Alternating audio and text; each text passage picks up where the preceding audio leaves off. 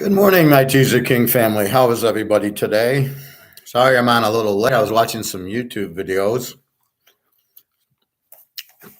One very interesting one on BlackRock, which is sort of this fascism investment company that's trying this new world order, one world order in bed with the US, Canada, and Switzerland. A lot of the employees work for the government and back from Obama. So this is all an Obama plot of what's happening to make it a one world government, which the French are involved with, but I don't know that it's going to work with the BRICS countries. So I don't know. I just found it.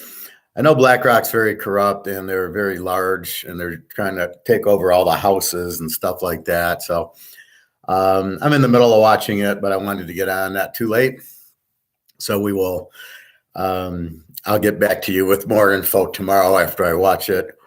But we got to blow them up, and I think we will. I don't think it'll work because I don't think Russia and China are interested in being in bed with the U.S. and vice versa. So we will see, but this is one of the problems. They own the ETFs, which is another problem, and they probably control the gold and silver price, which is our biggest problem of getting it to go up. But I think with the whole BRICS thing, it's what's going to blow it all up eventually. But I knew BlackRock was in with the government and very corrupt. They're like fascists, which is like government control, like Mussolini. And that's really how these people, they're just basically nuts. They're basically Keynesian liberals who want to control everything. And we need a James Bond type, a real James, like Sean Connery, to blow them up and everything. Anyway, in the middle of that, we know the COMEX is blowing up. So again, we expect gold and silver to go up. Hey, Andrew, what's the play, buddy? I gave 3 free picks. If you'd be watching my things, Happy New Year, Merry Christmas. Tomorrow is Christmas Day in Russia and the Ukraine. So I had to wish my girls a Happy New Year again, or a Merry Christmas again. They have like whatchamacallit, Orthodox Christmas. I thought it was January 6th. It's January 7th. I already sent one Christmas gift. I'm not sending another. I hope you're well, Andrew, and everything's going well in Canada. So all the free plays I gave you are Seattle, the Green Bay over, and TCU over. I'm giving you I just gave you the gift. I give you gifts all year. You don't want to pay. You don't want to use Kerry's money. TCU over. TCU over and take Green Bay over with the Lions because that'll be high scoring game. Yeah, over. They're going to be a lot of points, right? They put up 50 on Michigan. I don't think they'll put up 50 on Georgia, but Georgia can also put up a lot of points, as you saw. And I just think this will be an easy 60-point game, and it's 60 down to 54. So it's a 50. Yeah, well, of course, versus Georgia. I know you're in Canada, but you do have TV there. So you know it's TCU, Georgia, if you watch the playoff games. So there you go. And the pros are a little bit confusing because this whole Buffalo-Cincinnati game never happened. So I don't know what the hell is going on. Yeah, over. TCU over. So it'll go 62 down to 56. You're going over 56 in a teaser. And you play them with the Green Bay Packers Lion game over. So 2 over games. Make it very simple. 2 high-scoring games. So let's look at the line as of right now on Scores and Odd at 12:55 Eastern Time. We got Kansas City 9.5, 52.5. The line has not moved. KC needs to win to wrap it up. Stidham played for Oakland against Frisco, and he lit it up, which is shocking. So I expect him to light it up against KC, I guess. I don't know. Cool. COOL. It's not Canadian cool, and it's not Kool-Aid. Cool Whip, Cool. KC Oakland. So I'm expecting Stidham to score. I know KC has to score. They have to win to keep the 1 seed because of this whole problem with Buffalo KC or Buffalo Cincinnati. So I like the game over. I think Oakland can score 20, and that makes KC score 30, and we're over 46. Jacksonville, 6.5, 39.5. I like the dog here. Henry's playing. It's a playoff game. Lawrence chokes in playoff games. I don't see him. He just wants to run. I think Vrabel is a great coach. I think he'll figure out. Just don't make Lawrence beat you with the pass. And everybody likes to look at the stats going, oh, Tennessee's weak against the pass or weak against it. It's all bullshit. It's against Jacksonville, and how do they do? And I like the dog in a playoff game. Canada gold, baby. Yeah, gold's going to go through the roof. I was just talking about BlackRock soon. You watch World Junior? No. Hockey? No, sorry. Don't watch much hockey. Since Bobby Orr retired, it really, hard to get into it. Maybe a little Mario Lemieux, but Gretzky I never liked. Too much of a wimp. He didn't want to get hit. And it's hockey. You got to get hit. I'm sure it is, but I think the last junior I know about was with Eric Lindros was on the junior team. Miami 3, 37.5. Where's Miami? Now they're -3. So we went from Miami -1 to the Jets -1 to the Jets -2.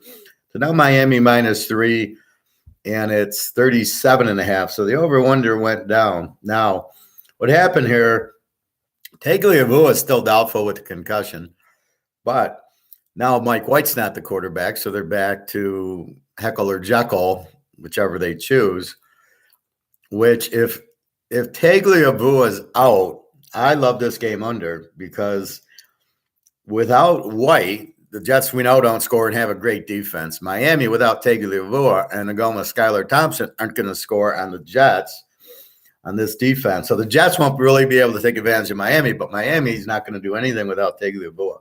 That makes this under a very strong play. If I can find my markers. So I'm marking this down. Go under.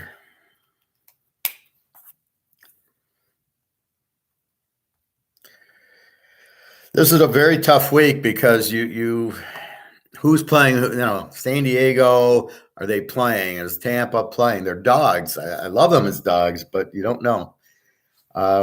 Anyway, let's get back to it. Pitt 2.5, 40.5.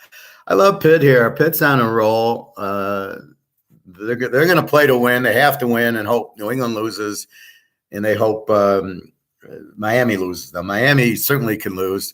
New England at Buffalo, is Buffalo going to try? Who knows? But you would like to think Buffalo just wants to not let New England in. I don't see a team. Once you get on the field, you play to win. I don't care if it's Andrew playing hockey, if it's playing racquetball, if you're bowling, you're out with your kids. You want to win. So if Buffalo takes the field, they're playing to win. So is Tampa. I don't mind if Trask plays. I don't know. I maybe Brady plays a half and Trask. I love Trask from Florida. He's a great quarterback. I think Tampa beats Atlanta anyway. They do have one of the stupidest coaches, so he might rest some of the players. But hopefully they at least play the first half, get a lead, and then Trask comes in, and he can probably build on the lead. So I don't mind that. Indy 2.5, 38 against Planet Houston. Probably an under here. I don't have any say. Indy stinks. Houston's terrible. Nothing to play for. So probably like the dog there. Atlanta 4.5, 40.5. That line hasn't moved. Again, I like Tampa as the dog. I mean, you've got Ritter quarterbacking Atlanta. Is he really, even if they play the second team, is Ritter capable of blowing out Tampa Bay? I don't think so. I mean, Tampa's been playing with the second string most of the year. They're with all the injuries on defense. It's not a big deal for the second thing. And if Trask is out in there for Brady, I'm not worried. And Julio Jones will sit out as usual. So Evans and the other receiver, they've got to, somebody's got to play, right? So I think Tampa Bay and 10.5 is a very good play here. Again, play against Atlanta as a home favorite, 10-0. Play against Atlanta, 29-3. So Atlanta is not going to blow out anybody, even a good college team. I doubt they could beat Georgia or TCU, maybe not even Ohio State. So I don't know how they beat Tampa by 10.5, even though Tampa rests. This is the hard part about this week. Can Tampa Bay's, let's say they start Brady and bring in Trask, are they still good enough to win the game? And I've seen where they've won the game. I remember the Lions in Green Bay, and Green Bay rested Rodgers and brought in Matt Flynn, backup quarterback. He throws for like 450 yards and 5 touchdowns and gets this huge contract, which he did nothing with. But he came in and did that against the Lions, and that was their backups, right? And he still lit it up. So, again, in the pros, the backups are pros, and they want to – you don't think Trask wants to look good and impress and say, look, I can play here. He's getting his opportunity, and these guys are all pros. So it's not like, oh, shit, Brady's not playing. Tampa's going to lose by 30. Tampa can easily win this game with Trask if Brady doesn't play, but I think Brady will play probably a half or something. But we'll have to – that's just a guess, but I haven't heard that he's sitting out. New Orleans, 3.5, 41.5. Same thing. I like Carolina in this game. Play Carolina's 19-2 as a road dog. Play against New Orleans as a home favorite, 13-2. So if we just go with the trends, New Orleans wins. How much is Kamara going to play and Olave for a meaningless game? But yet Carolina, they're going to play. They've been playing. I don't see them sitting out. I see them trying to win here. So I like Carolina just like I like Tampa. I think they're a very live dog in this game. Yes, they don't need it, but do you want to bet, who do you want to bet that needs the game that loses it? There's a lot of that going around where the team needs the game and they lose it, like Minnesota, right? Buffalo, 743.5. So I'm a little confused here. Now that they're not playing, if Kansas City wins Saturday, they clinch the 1 seed. Buffalo's got nothing to play for. They've clinched the division. What do they do? Are they going to go out and play or not? So I think we have to wait.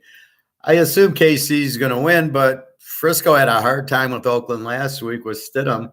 I'm not guaranteeing Kansas City. I'm not taking the 9.5 here. I think that's way too much.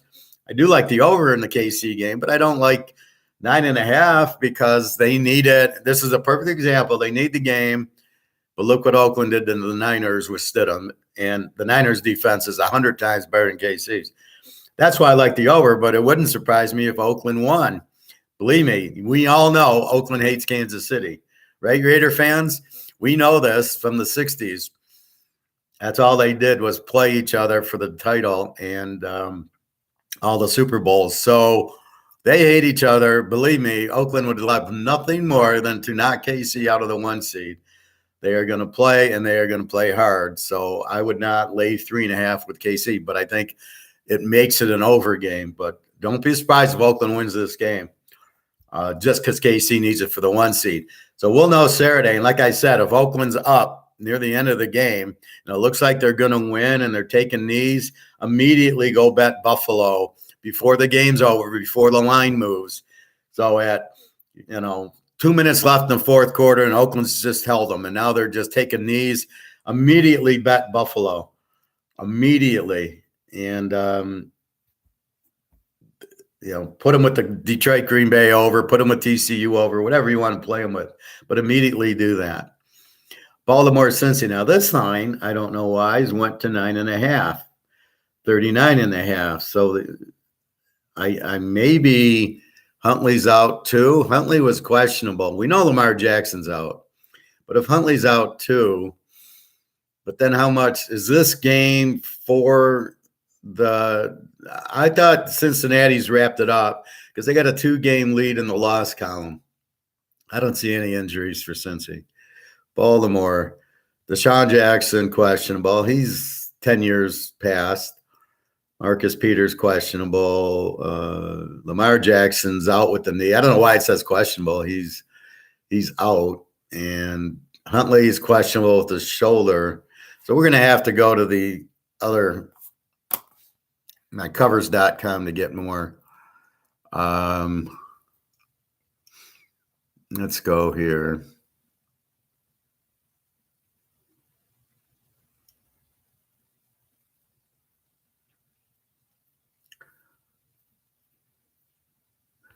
Let's go to Baltimore and what's happening.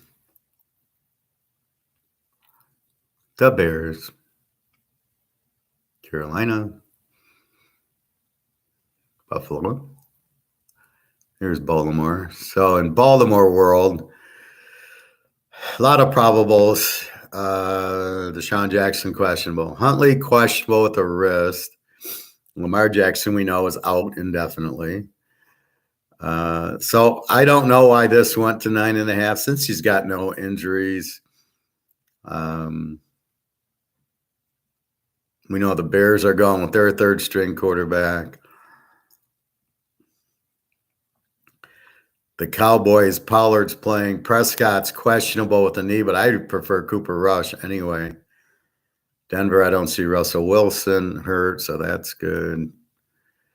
Detroit, a couple of centers are questionable. They'll play. Everybody will play for the Lions, who's questionable, and for Green Bay, who doesn't have a lot of injuries. Green Bay, Aaron Rodgers, probable with a knee. I don't even know why they put it there because he's not ever going to miss this type of game. Aaron Jones, questionable. He'll be playing. Watson, he'll be playing with a hip. If you can walk, you're playing.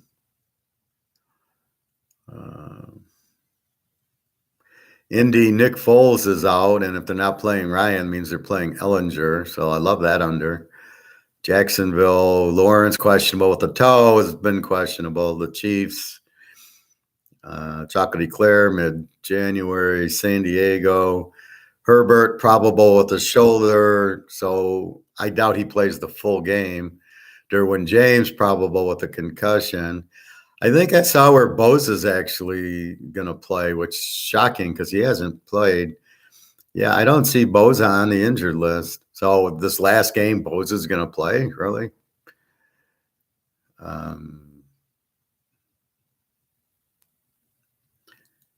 Let's see. Oakland, Stidham probable with an elbow. Devontae Adams probable with an illness.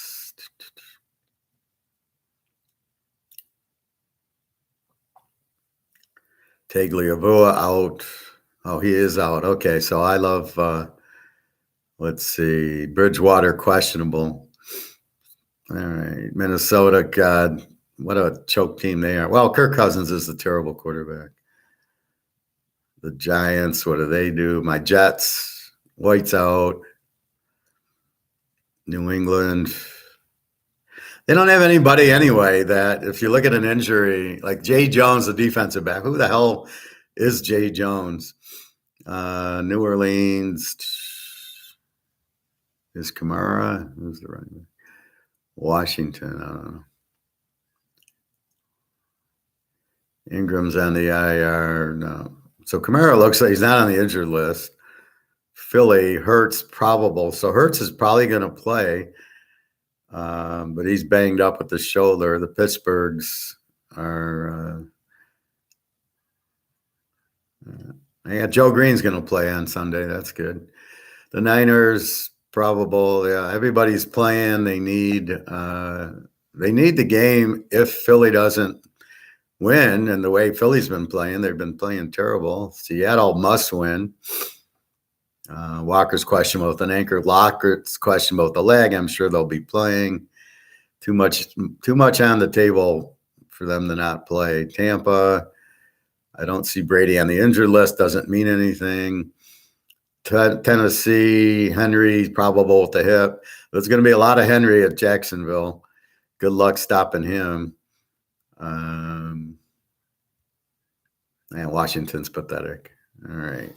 So let's get back to our lines. I like going there for injuries because the scores and odds just don't My poor Andrew. Andrew, do you have a problem listening and learning, or is it just a Canadian thing? I teach you that Comex is being held down. Did you go? I need you to go watch my video I just did on gold 2 days ago on why the gold price is down. And I explain it. And it's basically down because JP Morgan wants the price down. Think about it. If you want to buy gold, what do you want to do? You want the price to be down, right? You want to buy low. So the price is low because JP Morgan wants to buy more. They're not done buying, and so therefore they want the price low. And this new thing with this BlackRock, where they want this new world order and they want this fascism, not like your Canada socialism. I don't know how you live there, but that's what they want. So of course they want gold to stay low because they don't want you in gold and making a lot of money, and then you don't need it. So they want to control everything. They're like Pinky and the Brain, an old cartoon. You said soon. Yeah, well, soon is soon. I didn't give you a date because there is no date to give you. It's not like a game. I can tell you Monday night they're going to beat TCU Georgia. There is no perfect time of gold's going to go up. Boom. The derivative market contracts ended December 27th. I expect it in the next few months as the inflation hits and everything goes crazy that gold will go up, but I can't give you a date. I can tell you it will happen, as it will, but I can't say, February 15th, and you want a date on something that's impossible to give you a date on. You're busy. Well, then go watch the video when you get a half hour. When you're eating dinner with Carrie, when she's making you dinner, go watch it. It's a half-hour video on the gold. When it going up, you Canadians, when Bobby Orr scores another goal, it'll go up. How about that? It'll go up soon. If you want a date, I don't have a date for you. And you can't get a date. So it's not well. Canada's a socialist country, so it's not a good country. If you want to live a socialist life, then you don't know what you're missing. All right. So Buffalo, 743.5. Again, they'll need it if KC loses, which is a possibility. Baltimore, Cincy's 9.5. I don't know why. We know Jackson's out. Huntley's questionable. Maybe they go to the third string quarterback. The over went down to 39.5. We know there's no problem with Burrow. I like Cincinnati here regardless. I think they want to play well, and I think they hate Baltimore, and I think they just want to beat them. Chicago, Mini 7.5, 43.5. I like Mini here.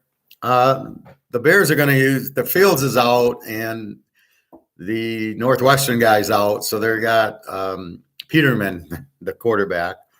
Minnesota has got to be pissed off after getting blown out by Green Bay, and I can't imagine them wanting to go into the playoffs, getting blown out by Green Bay, and losing to the Bears. I don't see it's going to be like that. So I think Minnie plays and beats the third string quarterback. Andrew, what is it? No inflation. Canada's okay. You're living a lie. No inflation. It's the value of the dollar. So never yet it is how USA better. Okay. We need to speak English. What do you mean no inflation? It's the value of the dollar. What does that mean? So never. What does that mean? Yes, it is. What does that mean? How USA better?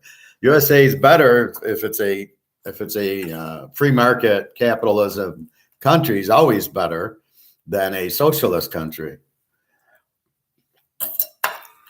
And that you got to watch my economics classes. Right now we're doing football, but I do a lot of videos that you need to watch. We don't have shootings every day. Really? You don't? I've been to downtown Toronto. I know how dangerous it is by the water. You might not report the shootings, but we don't have shootings here every day either. At least not where I live. So that's a real good. Yeah, you don't have guns either, so you have gun control. You don't know how dangerous that is. All right, so Minnesota, I believe, wins because I don't believe they want to go into the playoffs losing to Green Bay and Chicago to their third string quarterback, Peterman. Seattle 641.5. Love the game. Seattle must win, and they win, and then they hope Detroit, which is a later game. So they're by themselves. The Rams stink on the road. They're not that good. Mayfield's okay. At home, he beats Denver, but then he loses to San Diego and Green Bay. This is a playoff game. Seattle showed you how good they were beating the Jets last week. So I like Seattle at home to beat the Rams. No problem. Philly 14-43.5. Philly's been sliding. I guess they get Hurts back. That's a big number. Are the Giants going to lay down or play? Let's say they rest their players. That's the problem. Are they going to rest their players? The line looks like they will, but maybe they don't. Maybe they do. Lane 14, which says Philly's going to win by 30. How healthy's Hurts? He's got a bad shoulder. I don't know what to do with this one. Maybe I go over, but then the Giants playing. So there's too many. Yes, Philly needs it to clinch the 1 seed, but it's too big of a number for me because I don't know what the Giants are doing. And, well, even the backups, like I say, can play. And if Hurts, okay, maybe Philly blows them out. We'll see. But they need it for the 1 seed, so the incentive is there. So we will see. But I don't. Right now, it's too early to tell. And then we get to Frisco, 14-39.5. Frisco will need it if Philly loses. Frisco's the 1 seed with the win. But if Philly goes up 42-0, Frisco probably starts resting players. They'll never cover 14. Although Arizona, Murray's out, McCoy's out. They're playing the guy from the Lions, whatever his name is. He put up 19 on Atlanta last week. So I don't think Arizona does much. So this will be up to if the game's close in Philly, Frisco blows them out. If Philly's up 35-0 in the first quarter, Frisco rests their guys at halftime. So it's a very tricky call here. Denver 3 over San Diego. I really like San Diego. They're a strong road dog. Denver doesn't show me much. All right, Russell Wilson. But outside of that, San Diego, as far as are they sitting their players or not? Again, this is the question. We probably won't know till Sunday. But I like San Diego in the 9 here. I think they want to win. I don't think these teams want to lose. I think they'll rest their players, but do you rest them the whole game, or do you play them the first half or the first 3 quarters? I don't think you go out and try to lose. So this will be an interesting thing. But I like San Diego here. Why do I like Denver? What are they? Dallas 740.5. Same thing. Now, Dallas, Philly loses, Dallas can win the division. If the Niners also lose, they can be the 1 seed. But the Niners aren't going to lose if Philly is losing, which means Dallas then goes after to win the division. So Dallas has plenty of incentive, but it's all based on what Philly does, and it's all based on if Philly comes out and what the Giants do. Are the Giants going to lay down against Philly? They hate Philly.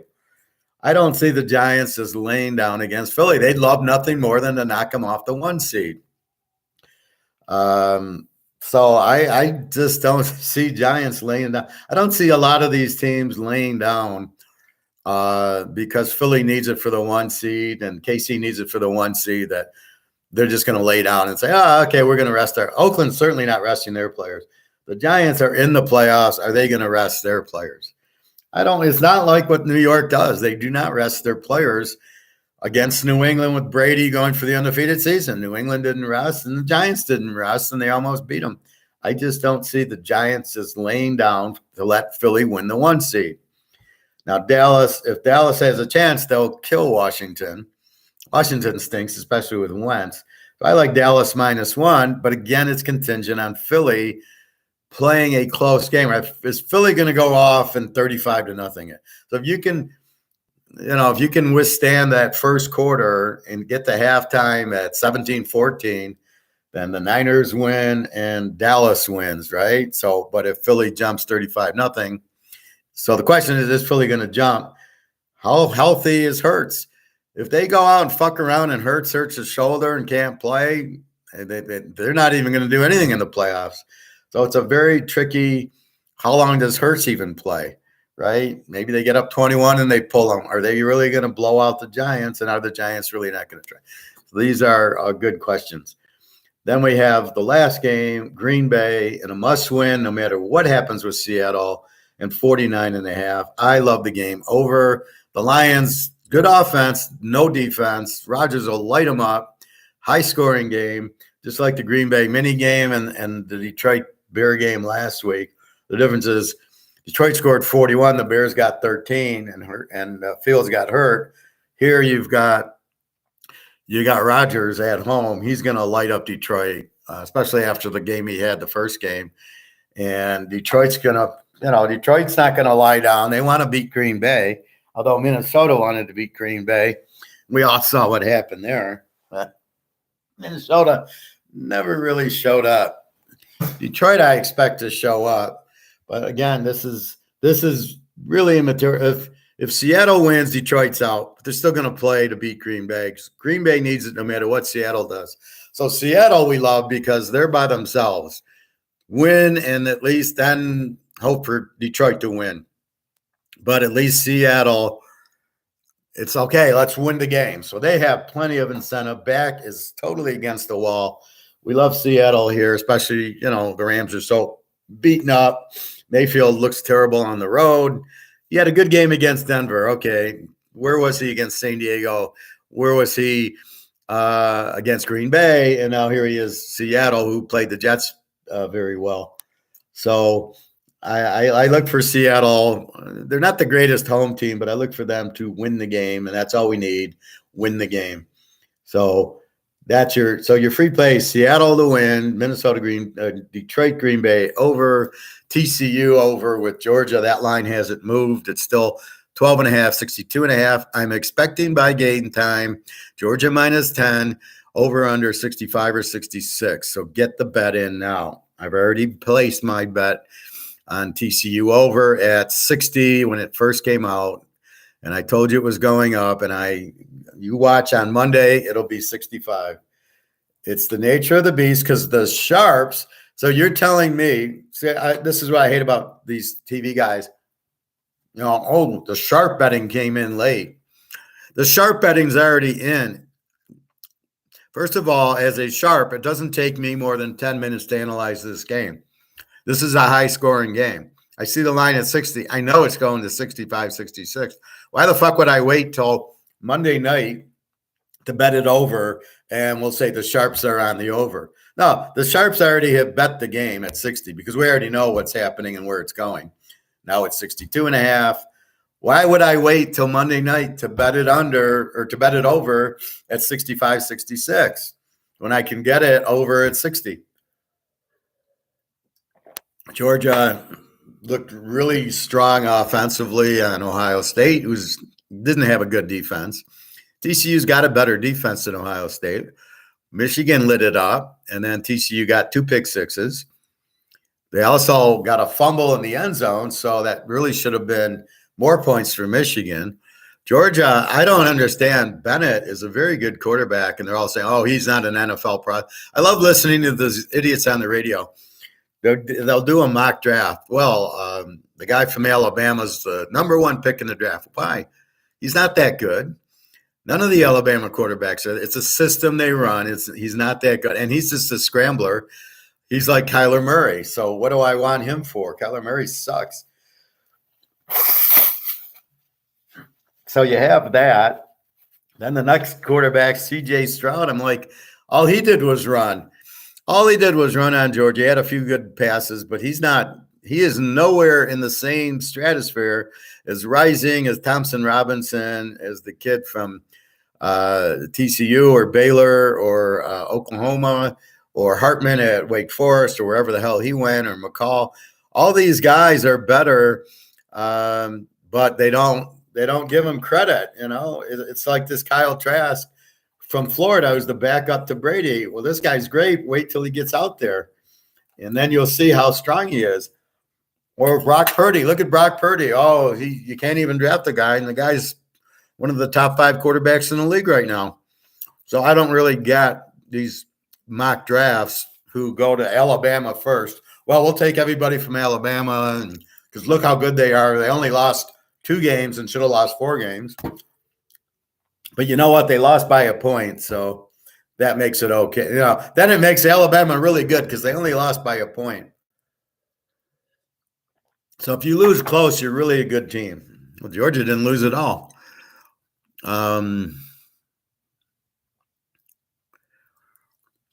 Okay, so you're living a lie, Andrew. I don't know what you're talking about. Watch my economics videos. I explain all this. Go watch my gold video, which I just did. I can't keep explaining it to you. Why isn't gold going up? Because at this point they want to keep buying it at a cheap price. That's your answer. So anyway, those are your lines. So as we walk through it now, so like I said, KC Oakland to me is a toss-up. I like the over. Tennessee Jacksonville is a playoff game. So Saturday, it's go over, and then I took the dog. Now maybe you like Jacksonville because you like Trevor Lawrence. That's up to you. I would never bet Trevor Lawrence in a big game. He's like Tagovailoa. He doesn't show up. He'll throw 2 or 3 interceptions, and Tennessee, the better coach, the better defense, and Derrick Henry will get the ball 40 times. He'll eat the clock. He'll move the ball. He'll get a couple touchdowns. This will be a low-scoring game. All Lawrence wants to do is run, and Tennessee will take that away because Vrabel's a good coach. Cleveland, Pitt, we like Pitt. Pitt needs the game. Mini Chicago, I like Mini. Mini needs the game. Well, they need a win after getting blown out going into the playoffs. So I just can't see them losing to the Bears. God knows Cousins needs work. All right, maybe they rest the guys in the fourth quarter. I don't see them not starting Cousins and Jefferson and Cook, but I can see them pulling them later in the game. But I think Minnesota wants to get a win here. New Orleans, Carolina. I like Carolina. 19-2 is a road dog in a meaningless game, but so's half their years of meaningless games, and they still play hard. It's a division game, so I still like the dog here.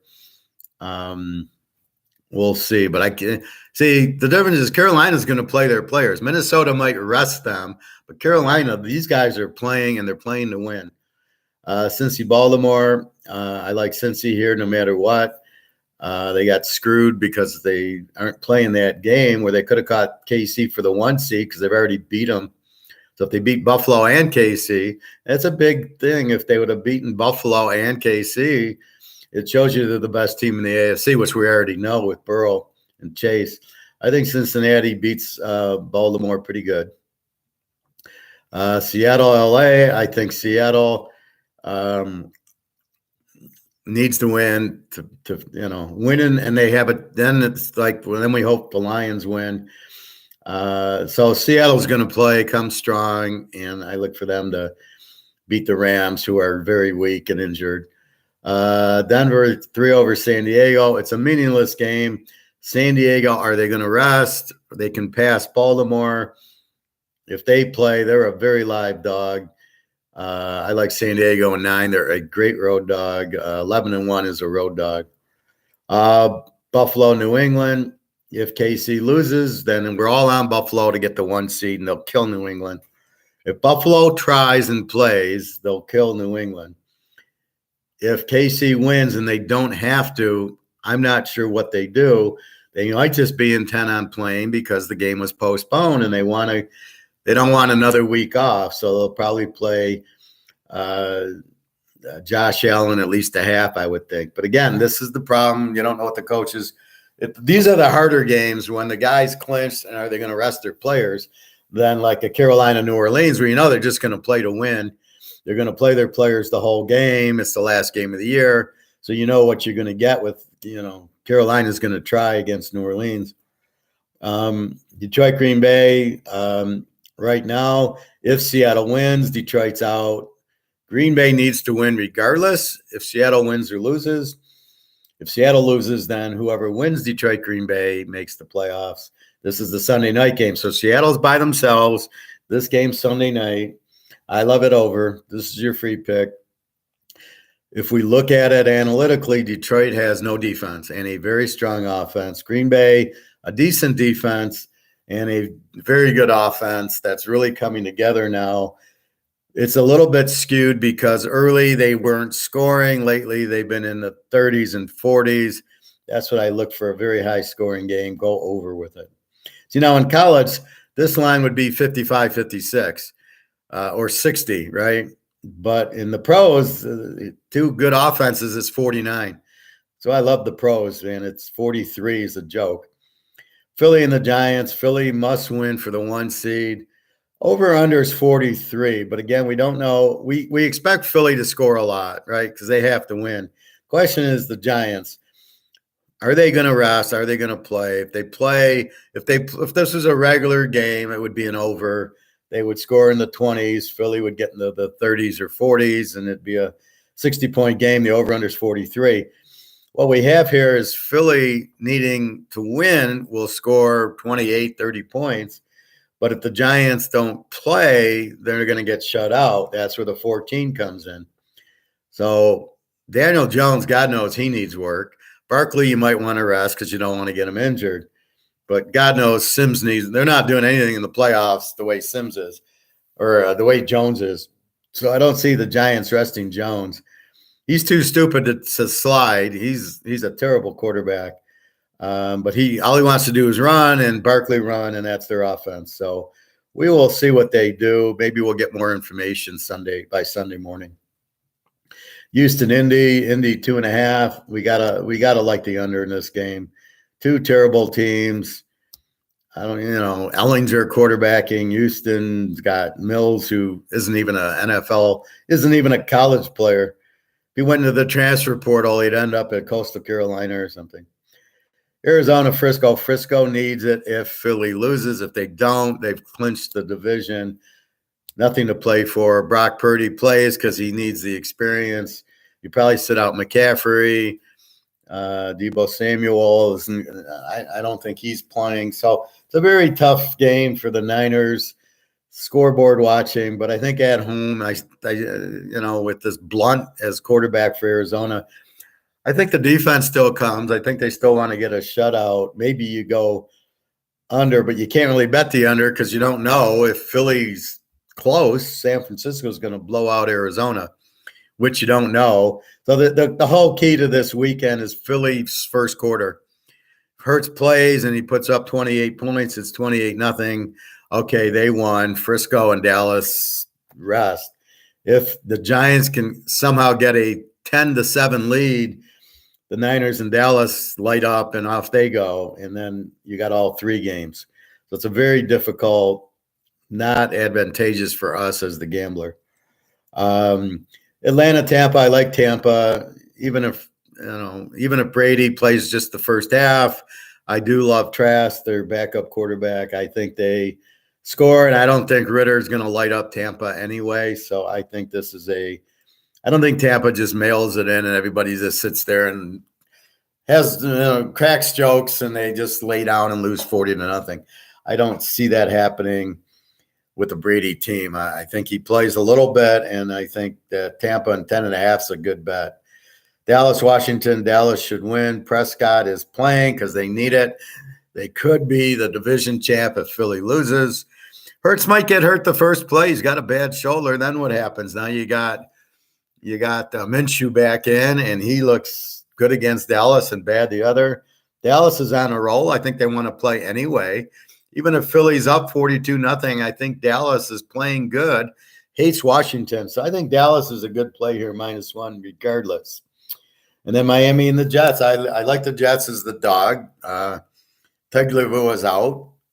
Bridgewater is questionable, but he'll probably go. But he's banged up. Then you got Skylar Thompson, who is about as good as Ritter is at Atlanta.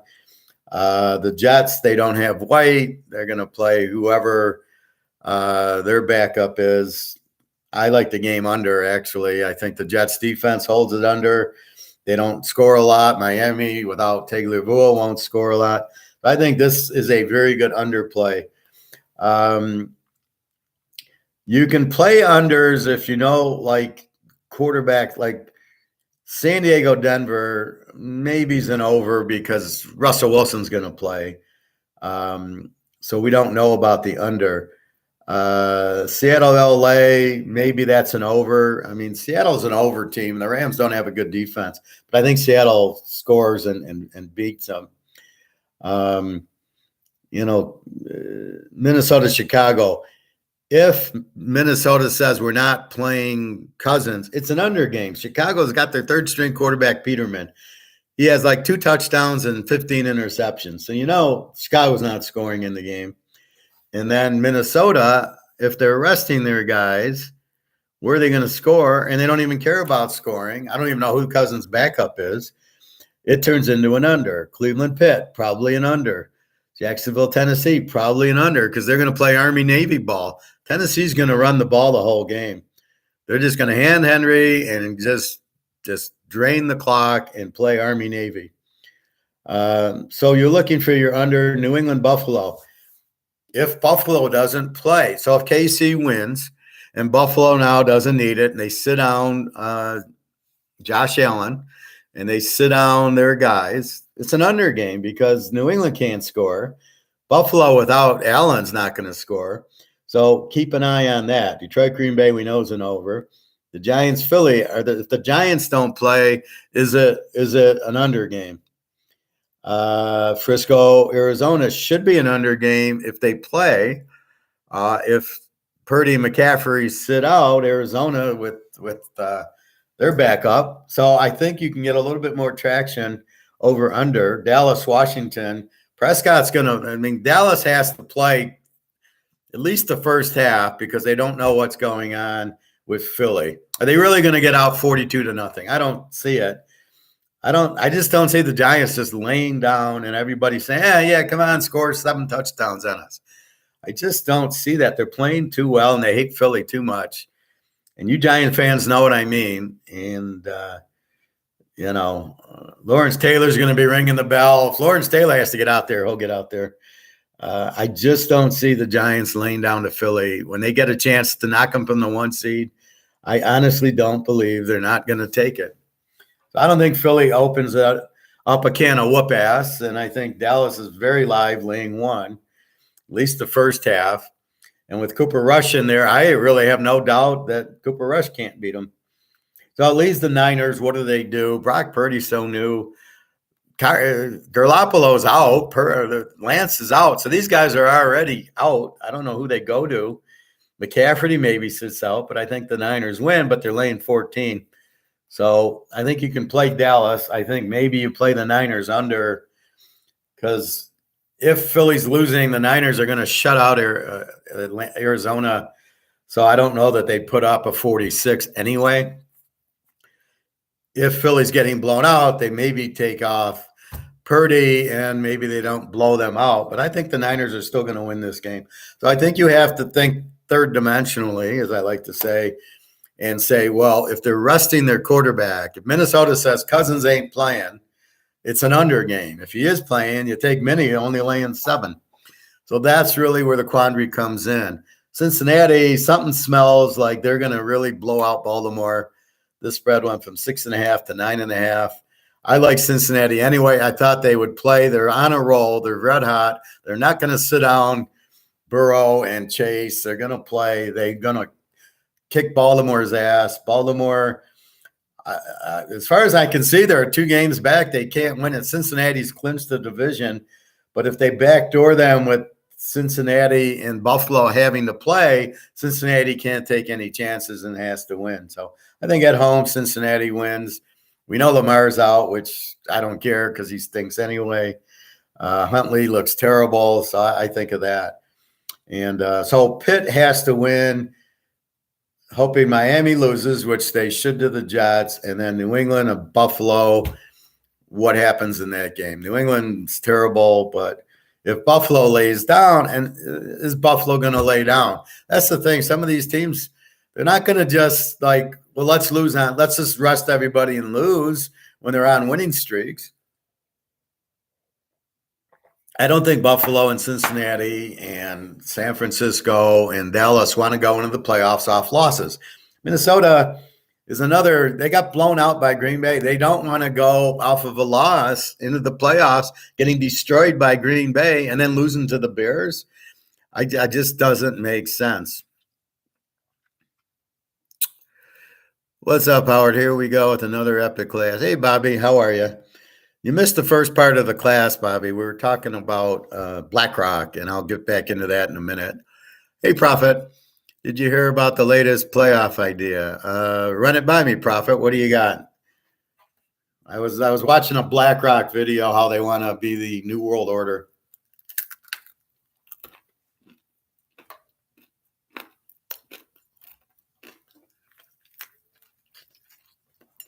So is this pro or college, Prophet?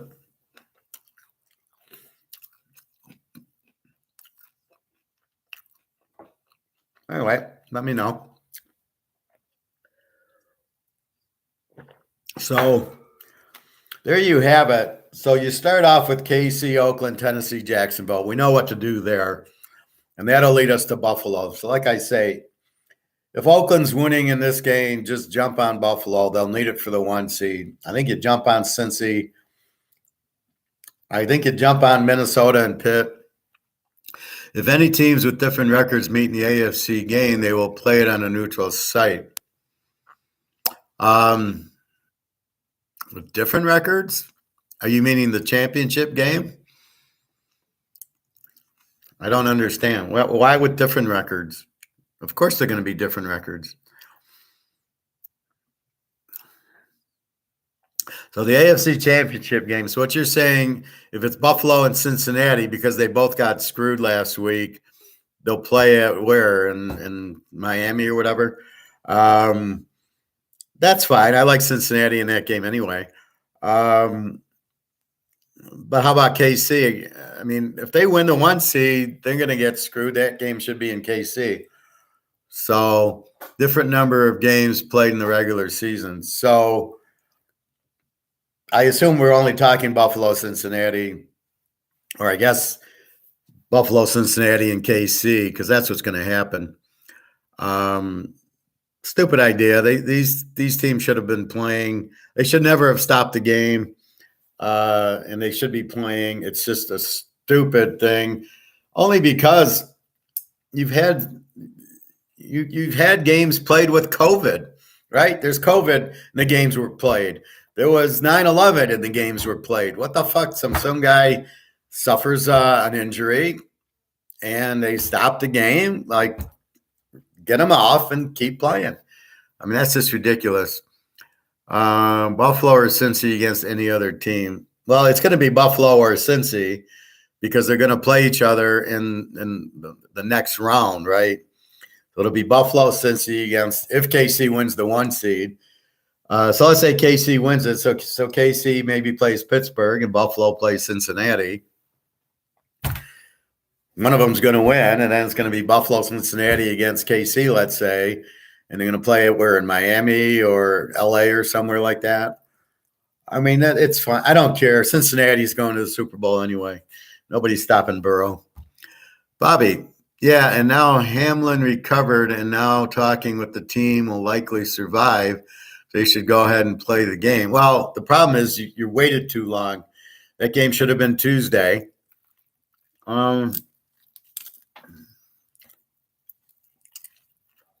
So let's say the guy didn't survive, like the Lion guy. All right. So in '68, Chuck Hughes dies from Dick Buckus hitting him. They didn't even stop the game. So let's say Hamlin died. What are they going to do? Not play anymore? Buffalo will just, well, we can't play anymore. Our guy died. I mean, that doesn't make sense. Look, I'm sorry the guy got injured, and don't take me wrong. That's not what I'm saying. But it's football. How is it any different than a guy tearing his ACL or MCL? A guy tore his knee up, or Alex Smith, who the knee almost came off, right? Needed it amputated almost. How is that any different? All right, it's a heart. He's fine, which we all knew he probably would be fine. He's a football player in great shape. Profit. Also, if Baltimore beats Cincy this Sunday, they will flip a coin to determine where the game will be played. What game? Yeah, they should just make it a tie and say, fuck it. Baltimore or Cincy. Why? Cincy is the better team because they have 4 losses and Baltimore has 6. So even if Baltimore wins, it gives Baltimore 6 losses and Cincy 5. Cincy should win the division. So are they saying if Baltimore beats Cincy, they win the division? Which doesn't make any sense because Cincy has a better record. That's why they spread one to 9.5. So I like Cincy then. That makes Cincy play. Cincy will kill them. Especially with my man Lamar not playing.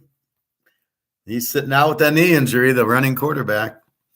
They meet in the playoffs again since Baltimore won both games. So you're confusing me. Did Cincinnati clinch the division? And therefore, it's good that he made it, but I don't like how some of these analysts are talking about more ways to make the game safer. I'm thinking, what the fuck? It's football. Well, that's like race car driving. This is my analogy. Well, people get hurt in race car. Dale Earnhardt died. Maybe we should make it 40 miles an hour. That way it's safer. Why do we want football to be safe? First of all, like a guy like Herschel Walker loves the contact. He misses the contact. So therefore, it's a contact sport. That's why the guys play it. You know it. I played it in high school, and I could see the contact, and I knew what I was getting into. And if I didn't want it, I wouldn't have played it. But I knew that's the type of game, and you risk injury. Why are you worried about safety? So the guy made a tackle. So now we're going to play two-hand touch. It's unbelievable how they're ruining the game as it is with the helmet to helmet and then everything else. Only if Baltimore wins on Sunday and Cincinnati and Baltimore meet in the playoffs again. So, Prophet, did Cincinnati clinch the division, or are they playing this game for something? It's just like boxing and all other contact sports. It comes with the fucking territory. Anything can happen, and no way you can make it 100% safe, or it will not be the same game. Exactly. For that, go play flag football or some shit. Well, and that's exactly right, Bobby. That's the problem. We need this, helmet to helmet crap. Hey, okay, maybe that's a penalty, but that should just be a flagrant helmet to helmet. But most of the time, they're not trying to helmet down. The guy's tackling by lowering his head. He's not trying. He's just making a hard tackle. That's part of the game. In a way, it's a way of punishing Cincinnati and Buffalo for playing one less game. So, Prophet, help me. Then did Cincinnati clinch their division because they only have 4 losses and Baltimore's got 6? Or what does this game mean on Sunday? Does Cincinnati need to win it so they play the home game in the playoffs? So what's going on Sunday? Is it Cincinnati needs to win, or do they clinched and they don't really need to win? Judging by the line movement, it looks like Cincy needs to win.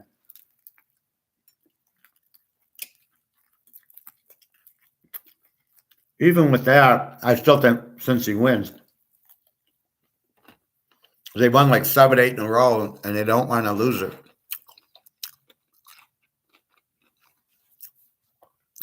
All right, well, we're betting on Cincy anyway. I see the line moved to 9.5. But I think Cincy kills them. I think they're just pissed off. I 100% agree, Professor. The game moves way too fast, and they usually lower their heads instinctively.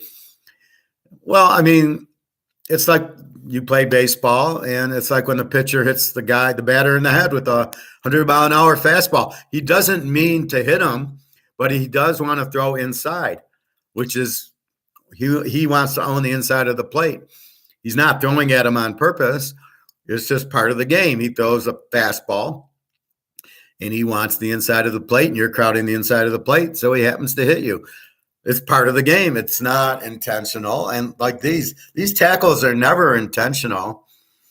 They don't try. At the end of the Michigan game, right? The TCU guy, he makes the final tackle and he lowers his head, and the guy gets, thrown down, and fortunately he hit the shoulder pad and not his helmet. But that's, he wasn't intending to hit it on the helmet. But the guy was being tackled by another guy. Well, you wouldn't want him to miss the Georgia game because he goes to make a tackle on the final play of the game. I mean, that's your day, and he's a really good player, that TCU safety. So I don't, this is, we'll call the whole problem with the world now of socialism, and we got to be fair, and we've got to, nobody can get hurt and all this bullshit. So it's really terrible. It's really destroying sports with this safety thing. Football is hard enough to watch, but when you go away for a 5-minute commercial on an injury or a 5-minute commercial on, like, why does it take 5 minutes to look at a call? Oh, it's a touchdown. The guy's clearly in. We got to review it. Okay, let's go to a 5-minute commercial. Then they come back, and they don't even really show you. Okay, it was a touchdown. They kick the extra point. We go to 5 more minutes of commercials after the kickoff. How the fuck are you supposed to watch that? If the 11-4 Bengals can beat the 10-6 Ravens this weekend, it won't matter what the league says. They'd be the AFC North champs and automatically host Baltimore in the wild card matchup. Well, even if they lose, 11-5 beats 11-6. As well as my math is, a better percentage, and they only lost 5 games. But so Cincinnati will take care of business. Bobby, great example. The pitcher's usually going in to see if he can jam the hitter and get him out. But sometimes the hitter just gets hit. Shit happens. I never get upset. It's just part of the strategy. Well, yeah, I mean, look at Bob Gibson and the Koufax. You don't think they pitched inside? And Denny McClain, they pitched in. That's part of the game is the pitcher owns the plate, and then the hitter wants to own the plate. And now the pitchers are so bad they don't want to go inside, and the hitters, foul everything off, take 35 pitches, and try to tire the pitcher out. It's not even baseball anymore. But I agree with you. It's all part of the game. Tackling's part of the game, and everything. This bullshit of canceling a game should never be there. I don't like when it's like raining and they delay the game for rain or lightning. What is that? I don't think they ever delayed a game in the 60s or 70s for lightning or rain or wind or any of that shit. Hey, Nick. Hope you're feeling better. Yeah, I'm fine, Nick. Tuesday was a lot of pain. Wednesday, went to the doctor early, got my colchicine, asked him what the fuck's going on, that it came back, and he gave me more. He gave me that. I took it, and I was fine when I woke up yesterday. So I was able to go to the gym, and I did my show. So everything's good. Thank you, Nick. Still can't believe the book I usually use won't allow teasers since that I've never heard that before. That they like. Okay, so here's my argument. When I tell people I do teasers, people go, "Oh, that's easy. I can go 100% picking teasers." Yeah, okay. Good luck to you. You can't go 100% picking them. Believe me, if we could, I would. Caesars. Well, Caesars is kind of weird now. I don't know what to tell you. I mean, try William Hill if you can get a William Hill. But now they've raised the odds. So obviously we're beating the shit out of them with teasers. And now what are they doing? They're running away from action. They've raised the odds on the teasers because they're afraid of them and they're getting beat. I know when I started in the 70s with teasers, my bookie was even money. It was even money on a two-team teaser. And I bet them all the time. And in the 80s and the 90s. And then as I figured it out more, I've always cleaned up on them, but as I figured it out more and more people are into them, the casinos are losing on them. So everybody who says they're a bad bet are full of shit. These are I turned so many. Look at Georgia. We turned a big, huge lock into a winner because we teased it from 6 to even, and they won by 1 versus lane 6 with Georgia, which I never would have put a big bet on. So not only are we able to put a big bet, but we got a winner out of a loser. We took TCU in 13.5 was a joke against Michigan. They win it straight out. I would not have bet as much with 7.5. Michigan's still a good team, but I knew TCU could win the game. Here, I mean, I love Georgia and when it opened at 20, and I love the over at 60 down to 54. In a teaser, this bet is a joke.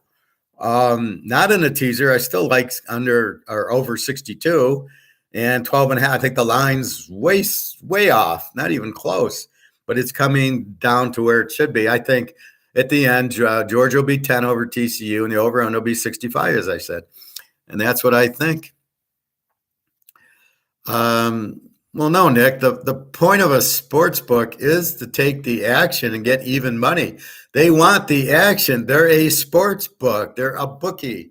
A bookie works by getting even betting on the teams. So what the fuck are they doing? If they don't want to take it, then they don't have the lines right. That's the problem. That's why they make Philly 14, is if you tease it down to 8, that they have a better chance of winning than if they made it 12 and it was 6 or something like that. But they're still missing Minnesota -1 and Seattle even and Buffalo -1 and the over in the Detroit game and Dallas -1. That's where they're missing it. They've got the wrong lines in there, right? If I made the lines, I would put teasers into consideration if I'm losing in teasers, but they don't know what they're doing. They're clueless. I've had discussions with them when I go there. And like I said, that Michigan-Ohio State game, they made Michigan the favorite a couple of years ago. And I talked to the VP and I said, this line's wrong. Ohio State should be favored. And he laughed. Oh, you betting $1 million on the game? So I made sure I talked to him when I cashed the ticket when Ohio State won by 20. I wish I had $1 million. You'd be out $1 million. So don't be a smart ass. When somebody knows more than you do, stop being a smart ass to them. And that's what I'm saying. They don't know what they're doing. They're clueless. And that's why we take advantage of them as much as we can. Profit. I hate laying big numbers in any sport. And by big, I mean -3 or greater. In college, you can get away with it more because they try to run up the score. As I said last week with KC, to stay away from that one. Lane 14, Denver got embarrassed, and Denver played really well. It was all Russell Wilson running for the touchdowns as opposed to trying to pass. That's really the only way you can score in the red zone. You have to be able to run. And if it's Jackson or Russell Wilson, but you can't, it's very hard to pass in the red zone. There's nowhere to go. The defense doesn't have to, you're going to go out of bounds. So they only have to cover half the end zone. So but if you can run, then you can score. And that's what happened. And Denver made it a game, and it was 27-24 because at the end of the game, it's tied. KC kicks the field goal to win. That's all they try to do in the NFL. That's why it's very difficult. Like here, Philly, I don't know what Giant team. Are the Giants going to try? Are they going to want to beat Philly? Are they going to rest their whole team? Is Hurts even going to play? Or how long is he going to play? His shoulder is hurting. It's probably separated. Obviously, he was in too much pain to play both these games. So you think he's going to play 4 quarters? I don't think so. Maybe. But as soon as is he going to run? As soon as he starts running, believe me, the Giants are going to go after that shoulder, which is a good thing. I don't know what he does. I don't know if Frisco could probably cover the 8, but I don't think Philly, I don't know what they're going to do. I will usually play a big favorite on the money line or tease it down. I don't like the money line because I don't think the money line's a fair value. So in other words, you're laying 300 to win 100 on a money line. But if you take the dog, you don't get 300. At least in a regular bet, you either lay 3 or you get 3. The money line I don't like. And the money line, you've got to be really, so you're saying they're only going to win by a few points. Like Philly, you might money line them, but they might not win. They had to win last week against New Orleans. They didn't win, right? It was for number 1. They didn't win it. So if you money lined Philly last week, you're screwed. Even though they were only laying 5.5, you probably had 300 to win 100. And you would have been better off teasing. Say you 6 or 7, you're better off teasing because it's the one. If you got a normal book, it's 110 to win 100. So I might as well tease it to even because I'm sure I can find another game. Green Bay Detroit over, TCU over. So I can play that. Why money line it, right? If I can get it down to a workable number, it's a much better odds to do that. And then if it loses, I only lose 110. I don't lose 300 to win 1. That's why I would prefer not to money line it. I just think the money line's a sucker bet. I will usually hook up 2 money line favorites as a parlay for the positive juice. Well, you're still not getting the proper odds. That's my problem with money line. I know too much. Like here. Like why money line Pitt Cleveland, right? Pitt needs to win the game. Granted, New England has to lose and Miami has to lose. But why play Pitt as a money line? Play Pitt plus 3.5. That's absolutely gold. And they can lose by a field goal and you still win. Your way in the money line, they lose, you lose. But if you got 3.5, your odds on winning at 3.5 in a must-win Pitt game, and they're playing well against the weak Cleveland team with Deshaun Watson, who throws for 100 yards a game because he hasn't played in 5 years. That's my point. Now, maybe you money line Philly because you don't want to lay 8, but that's kind of getting, I think there's a lot of uncertainty with Philly, with Hurts, like he's 100%. In the Green Bay Detroit game, would you money line it? No. If you think Green Bay is going to win, just take 1.5. We like it over anyway, so you shouldn't even be money lining the Detroit game. You should be teasing the over. But if I think I like Green Bay because they're hot, it's Rodgers, it's at home, Detroit's a choke.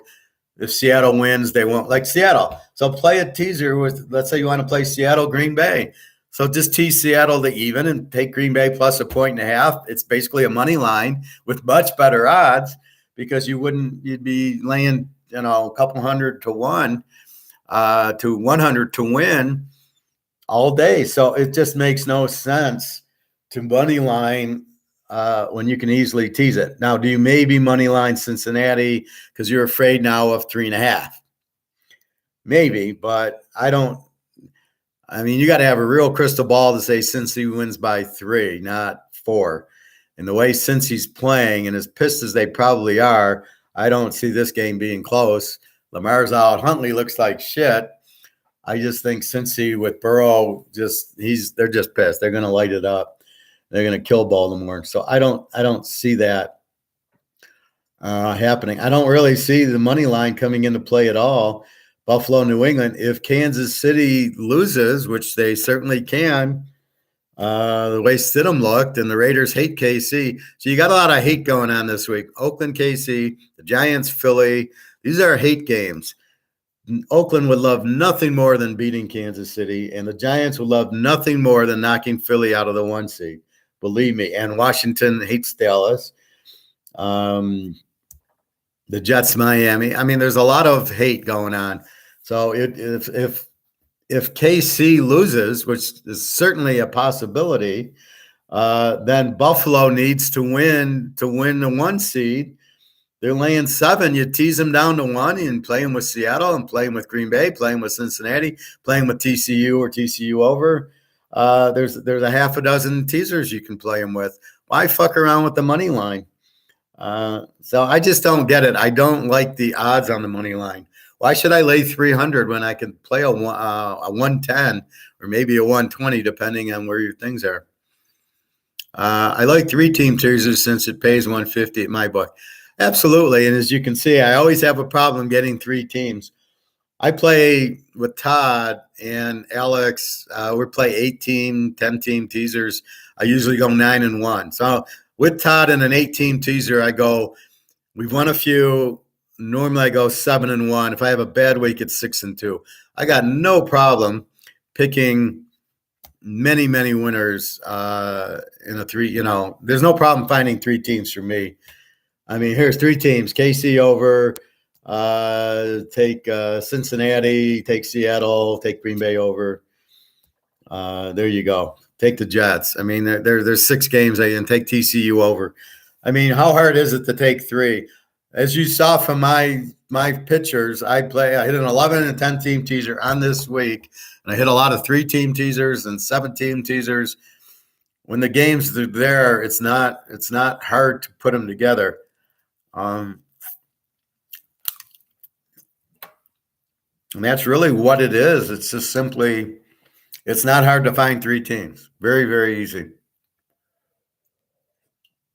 I mean, the system's all set up. Like once I pick the game, I go to the next game. It's simply chess. It's putting together, looking at all the angles, going, yep, this is it. This is it. TCU, Georgia, high explosive teams. Georgia, I don't know what happened to the defense. Somebody asked me what happened to Georgia's defense. I says, I don't know. It was there for Tennessee. And then all of a sudden they played LSU and it disappeared. And all of a sudden they played Ohio State and it disappeared. Ohio State, their quarterback ran a lot. TCU, their quarterback runs a lot. You're not holding TCU under 30 and you're not holding Georgia under 30. I mean, this is easy, a 65, 70-point game. You're over under of 60 down to 54. Do the math. Thinking of playing Las Vegas plus 16.5, Tennessee plus 13.5, Jets plus 10 as a 3-teamer. I like the Vegas and I like the Tennessee. I think I would play. Let me help you on the Jets. Go under instead of the Jets, because if White's out, who's their quarterback? And if Tagliavua is out, Bridgewater is going to be okay, but the Jets have a good defense. This is 37. I think it's an under game because without Tagliavua, Miami doesn't score. The Jets can't take advantage of the Miami defense. And there. Now, I'm going to walk you to the Green Bay over as opposed to the Jets in 10. I do like Vegas in 16. I like the over very much too. And Tennessee, it's a playoff game. I see them playing an Army-Navy game. They're going to run Henry 62 times. It's going to be a low-scoring game. Lawrence will choke, as he's always done in the big games. Look at him against Ohio State and LSU. He doesn't show up. All he does is run. Tennessee's wise to that. They play him twice a year. He can't throw. So if Tennessee makes him throw, they'll never win. He wants to run. That means nothing. So I just see this game. I like Tennessee. I think Tennessee's getting way too many points. But so my play on Saturday is KC over because neither team's got a defense. And the way Stidham looked against the Niners, the fucking Niners have the best defense. With the way they looked, I like the game over because Mahomes they got to win it. They're going to score. They're not going to sit on it. In Oakland, if Stidham can do half what he did against the Niners, then this is going to be way over. In Tennessee, I think mini plays. I think Cincy plays. Seattle is a very strong play. So if you're going to do that one, I think the Jets. Yeah, I think that, and then come back on Sunday with Cincinnati, Seattle, and the Green Bay over. Cincinnati obviously has to win, as we talk. Seattle must win, and the Rams stink on the road. And then Green Bay, Detroit. Seattle wins. Detroit's out. Detroit wants to beat Green Bay. Green Bay's going to light it up against that defense. And Detroit, we know, can score. So I love the over in the Detroit game. That's your free pick. And Seattle must win. And the way they took care of the Jets, Donald's out, and the boys are out for L.A. They got Mayfield, who had one good game against Denver, but not on the road. They sucked against Green Bay. They sucked against San Diego. And now they got Seattle, who must win, and Coach Pete doesn't lose these games. So that's what I would like on Sunday. Maybe you go Dallas -1, because even if Prescott doesn't play, then Cooper Rush comes in, and I like Cooper Rush. I got no problem. my little sneaky one is Tampa Bay, Carolina.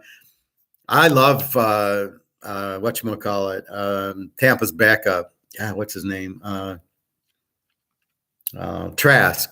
Trask is outstanding at Florida. He got 40 points a game. He's just a stud, second round pick. If Brady goes out, this guy won't miss a beat, and he's got his opportunity. In Atlanta, they got Ritter, so Atlanta's not going to light up Tampa. I don't care. And then you got Carolina, who's 19-2 as a road dog. I don't think they're going to sit out their players. They finally went to Darnold. I don't see them not playing. And then New Orleans, are they going to play Olave? Is Kamara really going to play in this game the whole game and risk injury for a meaningless game? So I think Carolina's a very strong dog here, as is Tampa Bay, and or the under. Where else do I like the Cleveland Pitt? I like Pitt, and I like the under there. Pitt must win, even though New England wins their end. Pitt, the way Tomlin's got them playing, Pitt's going to win, and it's all up to. So you got to watch the KC game. KC loses to Oakland. Buffalo's a lock because now they get the 1 seed if they win against New England. And Mac Jones, I mean, that's a joke. Buffalo will kill him, and they'll probably play for the guy with the injury. And I'll dedicate the game for him. It's like the Lou Gehrig story. He plays for the guy in the hospital. So that's what I see happening. Vegas 10. Yeah, I prefer that second one, Prophet. I mean, I like Oakland in 16.5. Absolutely. As long as they play it. I'm playing the game over Vegas in 16.5. But I think that's a good play also. Tennessee, absolutely. And the Jets under, you've got, without White, the Jets aren't going to score. And without Tagliabue and Bridgewater being injured, even if he plays, they're not going to score a lot on that Jet defense. The Jets play low-scoring games with that defense. If KC loses, Cincinnati gets first seed. No, Buffalo will get it. Buffalo's got a game up on Cincy, and since they didn't play, then Buffalo is the 1 seed. Then if they win, if they lose, and Cincy wins, I think Cincy gets it. I'm not sure, but I know Buffalo played KC. Let me look at the record before I make that. Packers are a big one, I think. I told you, play it over, Bobby. Don't you listen to the class? Shame on you. I've been giving out as my free pick the Packers over the whole week. Where have you been? Come on, Bobby. Falling asleep in my class is not acceptable. Okay, NFL standings. So, real quick in the playoffs. So, in the playoff scenario, so KC's 13-3, Buffalo 12-3, Cincy 11-4. So my point is, if KC loses, they're 13-4. If Buffalo wins, they're 13-3. That would make Buffalo 13-3 better than KC at 13-4. So Buffalo would get the 1 seed. Cincy can only get to 12-4, and here's where Cincy gets screwed, because if they would have beaten Buffalo as they were doing, they would have been 12-4. Buffalo would have been 12-4. Since Cincinnati beat KC and Buffalo, if KC loses and goes to 13-4, Cincy wins to 13-4, Cincy's the 1 seed. So Cincy gets screwed here because they can only go to 12-4, but KC would be 13-4. So if KC loses, Buffalo, they'd be 13-4. Buffalo goes to 13-3, which is a better record. So that's what you're looking for as far as that. And then we already talked Baltimore at 10-6. Cincinnati can't go to, they can only lose 5 games, which would be a better record. Or just go over. So, okay, what have I been teaching? We look and play against the defense. That's our whole key now. And if we look at the Detroit defense, they give up 30 a game. Rodgers is lighting it up. Rodgers is going to put up 40 points in this game. Detroit is capable of 40. Detroit's capable not of winning, but of playing a strong game. And the score over 49 down to 43, I think, is a joke. It's 24-20. Rodgers is good for 40 in this game. against the weak Lion defense, and then the Lions are good for at least 25, if not 30, against the Packer defense. So this should be a 60-point game. I think Green Bay wins because they're on a roll, and Detroit's going to choke on the road. Detroit has no chance of winning. Even if Seattle loses and now it's a playoff game, that's the one thing you got to understand, Bobby. If Seattle loses now, if Detroit wins, they're in. So if Seattle wins, Detroit then is out. So maybe you bet Green Bay there, but I just think the game goes over regardless. I think Detroit comes in playing, and they got such a good offense that they're going to score on Green Bay. It's a much better over game because both teams have kind of weak defenses. Detroit's defense is terrible. As we remember the Carolina game and most of the games, the Seattle game. The only reason this game wasn't over was Rodgers was fixed and threw 3 interceptions in the end zone, which is not going to happen now. Rodgers wants this game. He wants to get in the playoffs. This game won't be fixed. Green Bay will hammer, will score a lot. Let's put it that way. He's not giving you 3 interceptions in the end zone like he did last time. No, he played too well against Minnesota to fix this game. So, again, we like this over Green Bay, but I would say Green Bay is going to definitely win the game. I'm just saying it's like the KC game. The KC-Oakland over looks better if Stidham plays the way he did against the Niners. If he doesn't, I don't want the 16 because KC will kill him. But I think that he does play, and if Stidham puts up the 30 points he put up on the Niner defense, which is a whole lot better than the KC, and the Niners are playing to win. So if he does that, then it's clearly an over there. So, again, Oakland's got no defense. KC doesn't have a defense. Same thing here. Green Bay is an even 24, 25-point defense, and Detroit's a 30-point defense. So, again, we're using the logic of the defense, which is what's kind of changed the way I'm picking and winning in the pros. We've figured that out, and that's really the key to it. So we want to bet against weak defenses, and we want to take the Jets with the strong defense with Tagliabue out. This is going to be a low-scoring game. So we want to use the defenses because we know the defense plays every week, right? So if you got a bad defense, there's no way Green Bay is going to light it up, right? And Detroit will light up Green Bay's defense because it's not much. Only Kirk Cousins could struggle with this defense. But that's the thing. And then we look at the mini Bear game. I loved it over until Fields was out. Fields is out and the Simeon's out, and they're going with Peterman, who sucks.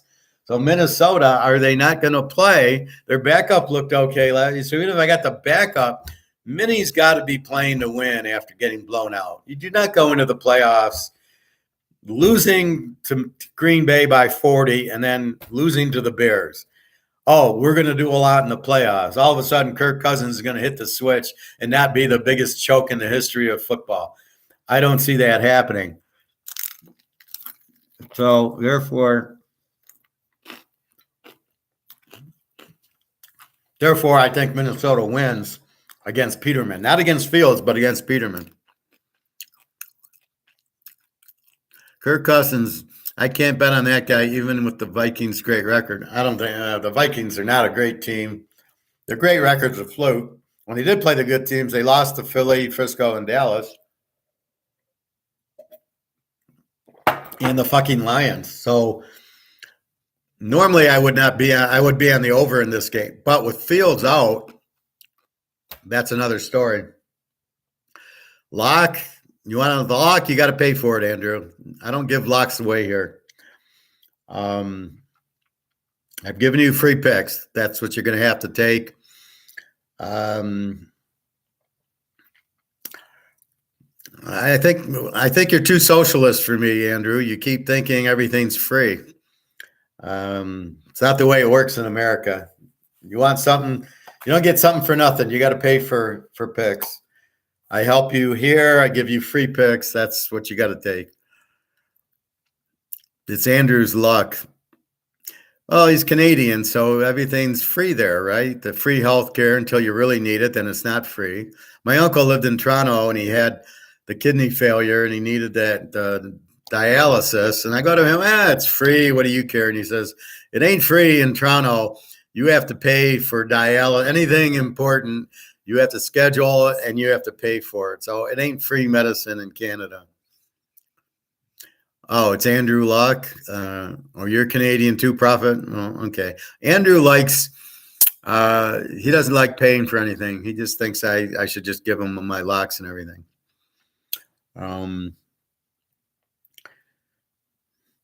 Where are you from, Prophet? He's in Quebec, Andrew. Are you in Toronto? When you guys are in Toronto? Anyway,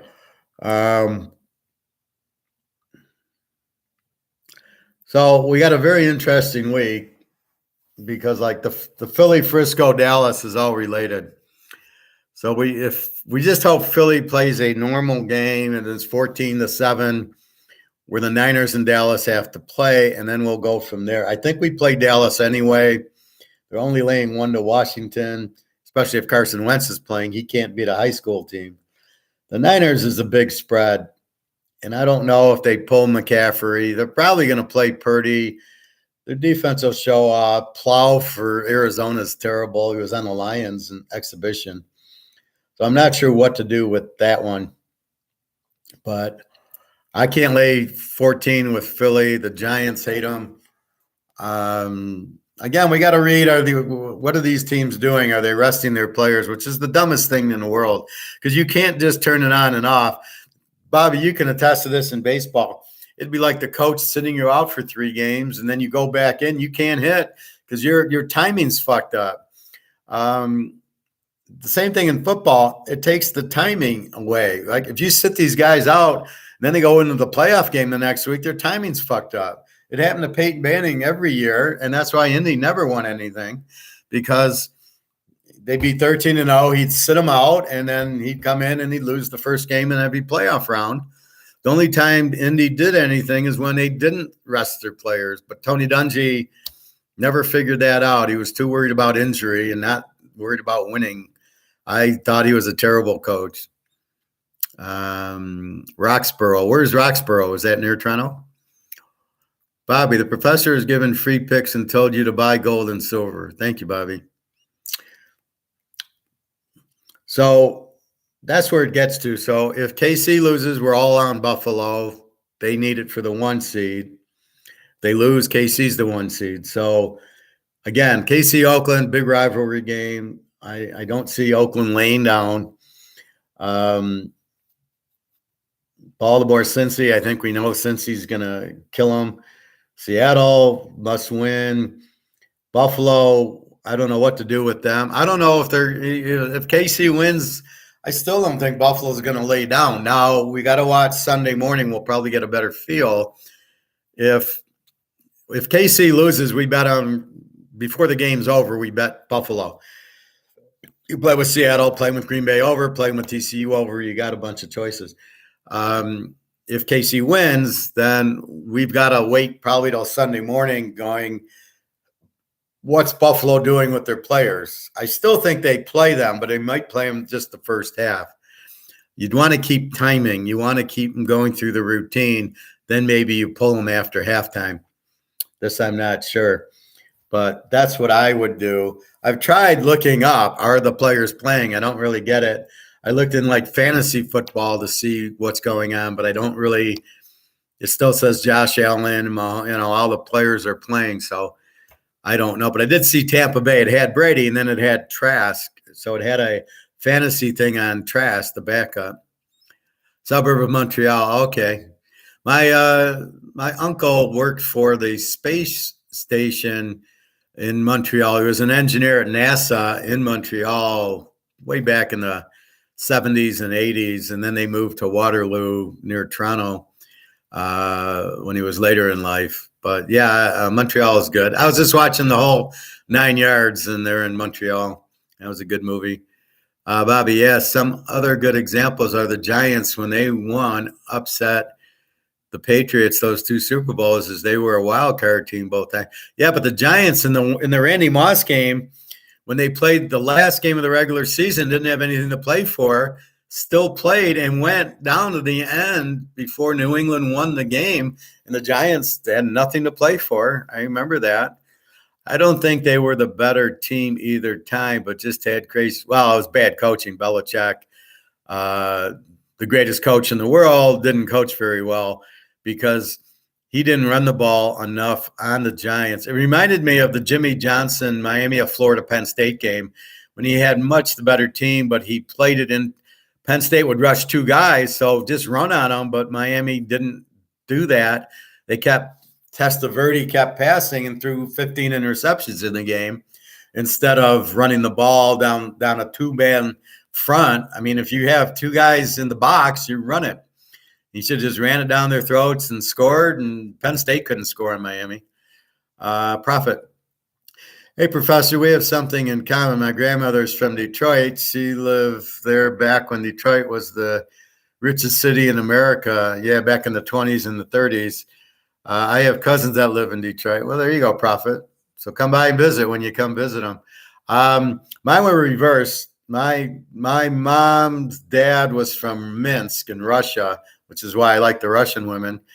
And they moved to Toronto in like 1919 or something. So in the Russian Revolution, they got to Canada, and then my mom married my dad. My dad lived in Detroit, so my mom moved from Toronto to Detroit, and we had a lot of relatives in Toronto. So we would go back to Toronto a lot, and 401, as boring as that was. So we did that a lot. But I'm from Detroit because my mom married my dad there. But we would go to Toronto a lot. Bobby, yeah, that's true, Professor. Bad coaching costed Brady, or he would have had 8 rings. My grandmother knew the Ford family. Oh, okay. He was a Nazi, though. He helped the Nazis in World War II by building tanks and cars for them. Correction, Brady would exactly have 10. Brady, see, that was the problem. Losing to Philly maybe, but they should never have lost to either game to the Giants. That was ridiculously bad coaching. Trying to throw too much into 4 defensive ends, you run it, right? Just use logic. They got 4 defensive ends, they're rushing the passer. So it's either run the ball or draw plays. See, now you would have had the quarterback running. You'd have the Lamar Jackson run against 4. But that's where Belichick got out coached, but nobody wants to say anything. And if you notice Brady's rings, most of them, like he beat Carolina by 3, he beat the Rams by 3. All these games he won were very close games. The Seattle game he never should have won. That was Coach Pete fucking up with that terrible passing call. And Russell Wilson didn't get out of that play. When Russell Wilson called that formation, he's got to recognize the defense knows what the play is and get out of the play. But how do you not run the beast? The thing you should have done there, if you wanted to pass the ball, what do I say? The Dave Casper play. If he play actions to Marshawn Lynch and then throws to the tight end who pretended to be blocking, he'd be wide open. If you want to pass, that's your passing play. Not this bullshit stack where everybody knows what the play is. How did the New England guy knew the play, right? This guy's nothing. That was the mistake, was the play call. So you either hand it to Lynch or you play action to Lynch and then hit the tight end. Why that plays out, I have no idea. If you watch the Raiders in the 70s, how many times did Dave Casper do the play and there was nobody ever within 10 yards of him? Stabler would just float the ball. He'd catch it. He's wide. There's nobody around him. Well, that must be a good play. Maybe I should use it. I see a lot of teams do the Montana play, the catch. How many times does the quarterback roll to the right and the receiver's dragging underneath and he throws to him? That's Joe Montana, the catch play, scramble to the right, and Dwight Clark then drags underneath. That's all you see now is the Montana play, but you don't see the Dave Casper play, unfortunately. Except for the Falcons game when he came back from 28-3 against Man. Yeah, but even then, what did they win by? 3 points. Or they won by 6. Casper was a ghost out there. No, he pretended to block. and your focus is on the running game, right? So if I play action pass, my linebackers are coming in. Casper looks like he's blocking, so there's nobody on Casper. They're all playing the run, so Casper just kind of sneaks out. Who's going to cover him? Because the cornerbacks are covering the receivers, so there's nobody left for the tight end that's going to cover them. They're all playing the run. That's why it worked.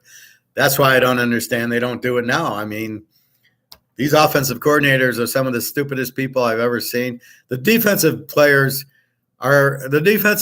are got to be the fucking stupidest I've ever seen. How many times do you see where the quarterback kind of scrambles around and then they're playing a zone and then they throw it 20 yards down and the receiver's wide open and you see four guys around them but not within 10 yards? Or the guy gets out of bounds with 10 seconds left where the guy goes and does an out and he throws it and the guy catches it for 15 yards and runs out of bounds. What the fuck kind of coaching is that? No, you don't let him get out of bounds. You make him catch the ball in bounds and run the clock out. So they're amazingly bad coaches. And then my biggest pet peeve now is all these guys, it's 4th and 10. The guy throws a 25-yard pass and it gets intercepted. Why are you intercepting it? If you drop the ball, you gain 25 yards with doing nothing. Just don't catch it. By catching it, you just cost your team 25 yards in field position. Why are you intercepting a 4th and 10 on a 20-yard pass? You should be knocking it down and gaining the field position. This is the part that seems like it's very selfish players who are interested in their stats. I got the interception and not the team. And I'll go back to baseball with you, Bobby, where it's like hitting the ball on the right side to get the runner to third. But no, you're trying to get your hit for your batting average. So you look good instead of getting the guy over to third on a ground ball to second, which is better for the team. Now a sacrifice fly wins the game because you move the runner to third. And that's what this is. Instead of dropping the ball, they catch it for their stats. But they kill the team by losing 20, 30 yards of field position or more sometimes. It's just insane. What is going on with these coaches? These are the dumbest motherfuckers I've ever seen in my life. Bonus money for DBs to get a pick. Well, their bonuses should be derived at, well, if it's 4th down and I knock the ball down, that should count as a pick. That's how you arrange your contract, not I pick it on a 4th down. 4th down picks should not be a bonus. They should be detraction. You picked it on 4th down, you lose money. That's how it should be. So that's what we got going. So watch KC Saturday. If they lose before the game's over, you bet Buffalo -1 before the line moves to 10 on Sunday. If KC loses, the line's 10, and Buffalo kills New England. So I'm finding a lot more games than what I started off with. But again, the free play, Detroit, Green Bay over. Seattle must win. There you go. Take TCU over. That's 3 free picks for you, Andrew. That's all I can say. Now, I was watching for you guys my Economist.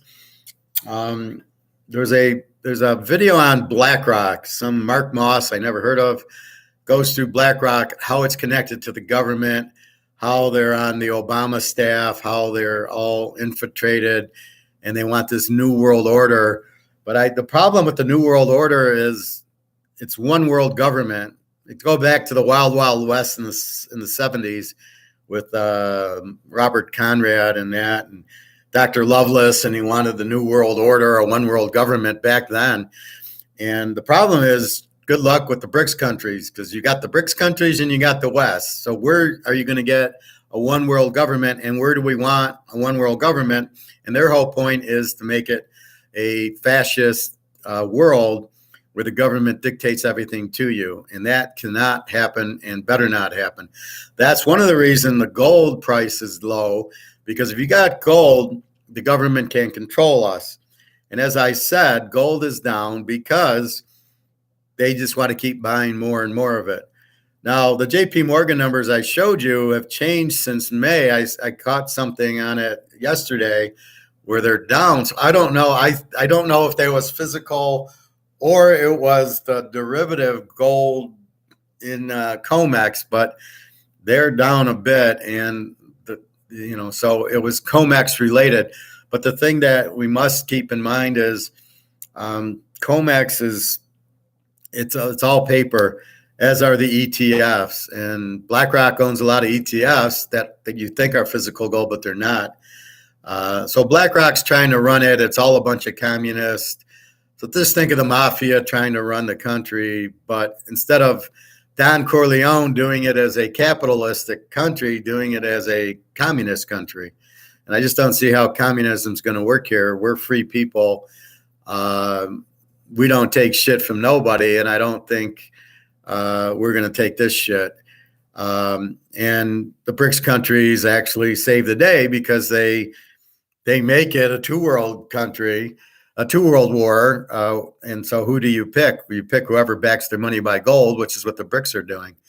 So I'm going to watch the end of that. That's why I'm on a little late. So it's just something, just do a BlackRock search on YouTube when you just search BlackRock. And it's something that the guy just put out there like 12 hours ago.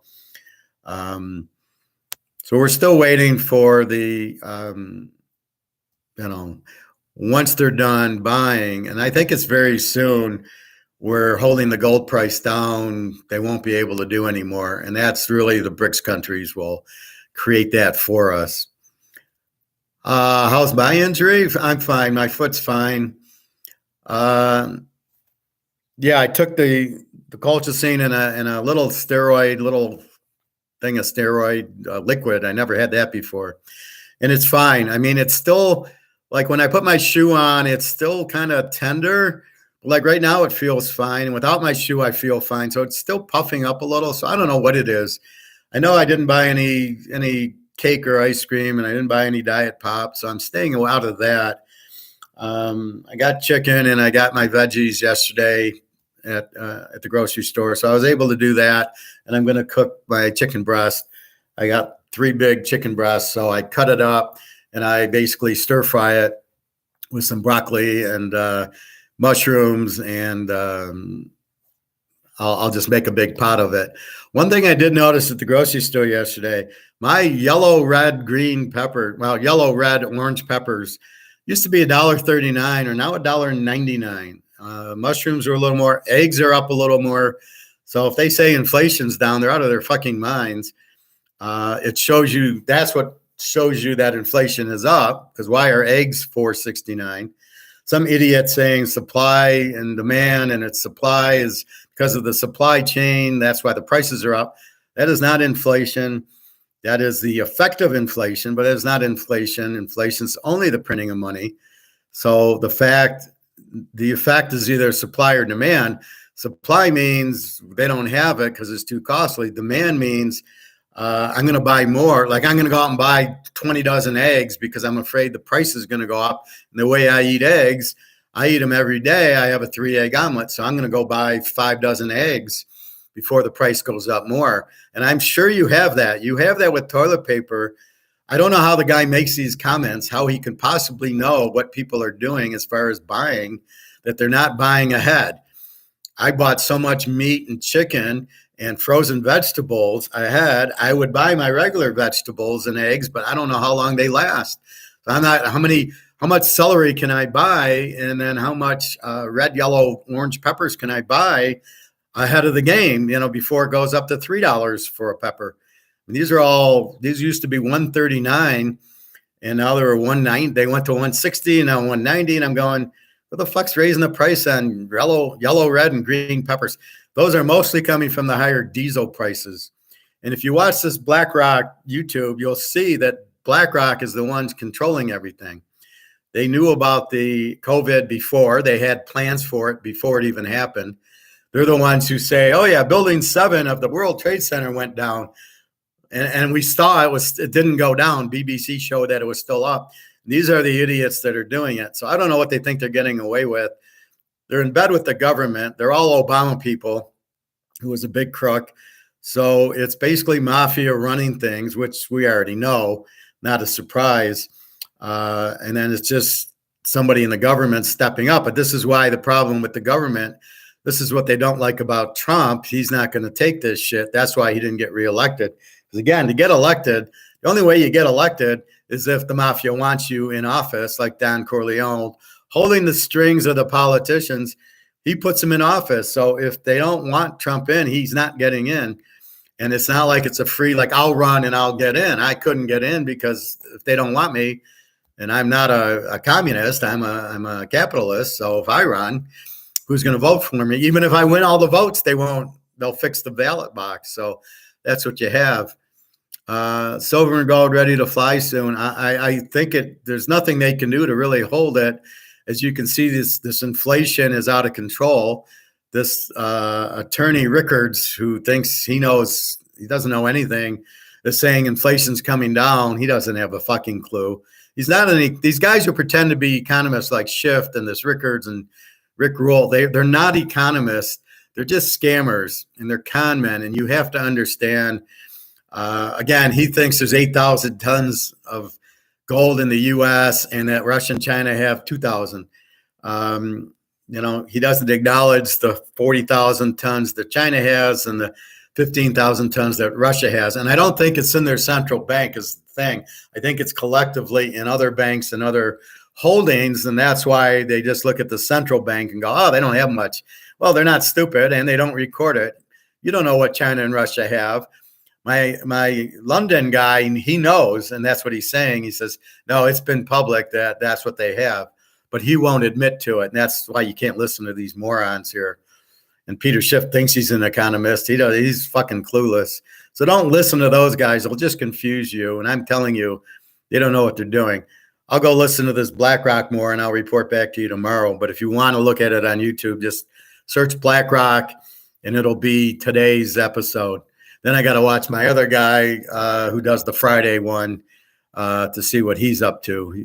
He was up to just stuff about gold and COMEX and gold going to take off, but and then Andrew asked me, when's it going? I see gold down, when's it going up? And, it's not a scheduled game. Like I know Saturday night, KC plays Oakland, and I know we're going to get results Saturday night. That's not how gold is. It's not scheduled in next Monday. Look for gold price to go up. We don't know. It's happening, but it's you just got to know it's happening. Food is so expensive now. Well, especially in Canada, it's going to be more. But this is why we're buying gold and silver. This is the other reason.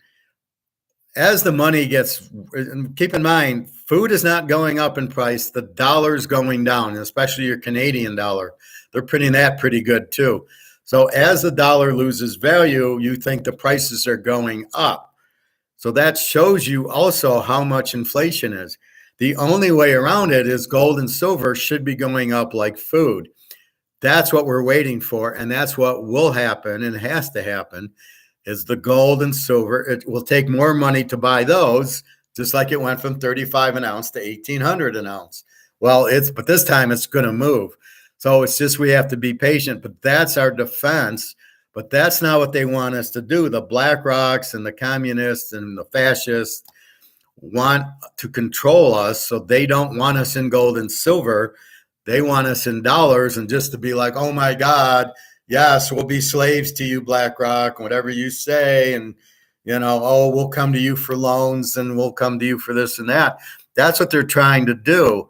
That's why gold and silver, that's the other reason. They want nobody to notice it and they want to keep buying it. So how much gold do you think BlackRock has? Well, let's do that. How much gold does BlackRock have? Interesting question. Now, they're not a bank, so I'm not sure we'll get a read on it. That's that. So we know what JP Morgan has. So how much gold does BlackRock own? And I'm going to change that to how much physical So I like to ask physical because otherwise it'll be ETFs and stuff and we don't know. BlackRock sells more than 470 million worth of gold as it focuses, but I don't, nah, that's 2020. So you got to look at the dates. How much of the market does BlackRock? Does BlackRock invest in gold? How much assets? Who owns most of BlackRock? So, does BlackRock invest in gold? The fund invests at least 70% of its total assets in global equity securities of companies which derive a significant proportion of their income from gold mining and commodities such as precious metals. So there you go. That's what BlackRock does. 70% of his assets are in gold. I think that answers everybody's question about owning fucking gold or not. Who owns most of BlackRock? The Vanguard Group. Hedge funds don't have many shares in BlackRock. The Vanguard Group, Inc. is currently the largest shareholder with 9% of shares outstanding. For context, the second largest holds about 5.3% shares outstanding, followed by ownership.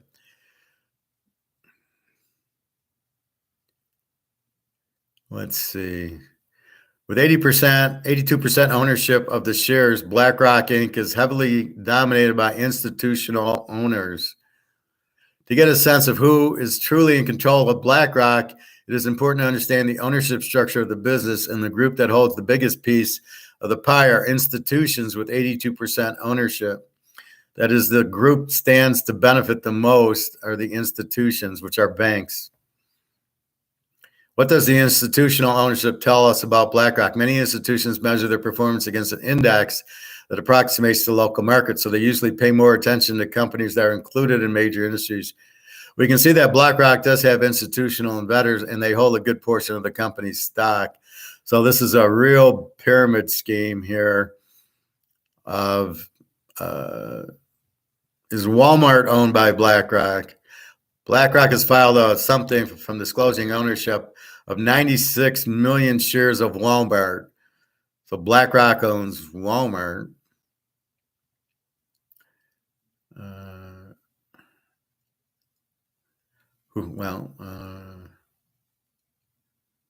Is Disney owned by BlackRock? Is Netflix? BlackRock World Gold Fund. See, BlackRock's more ETFs, so they're going to lose their ass because that's not real gold.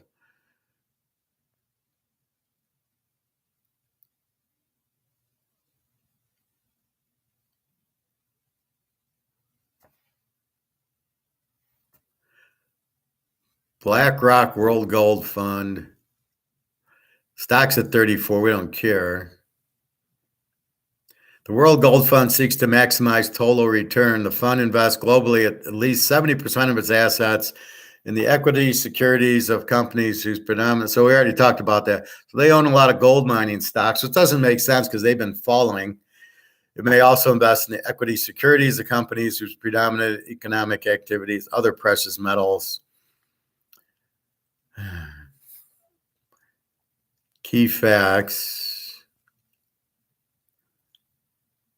Benchmark FTS Gold Mine Index. So they're basically a gold company.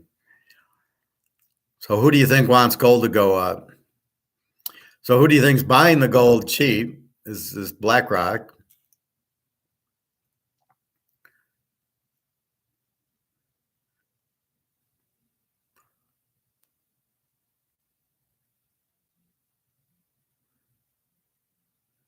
Okay, here we go. Physical shares ETCs.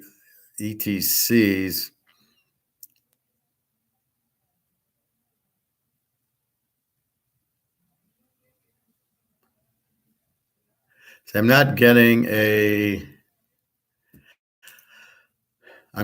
we owe 100 tons of gold. BlackRock gold, let's see.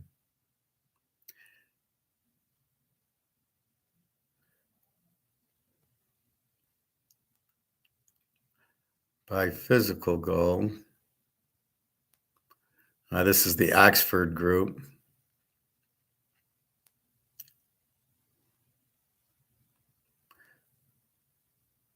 BlackRock World Gold Fund. See, they're not is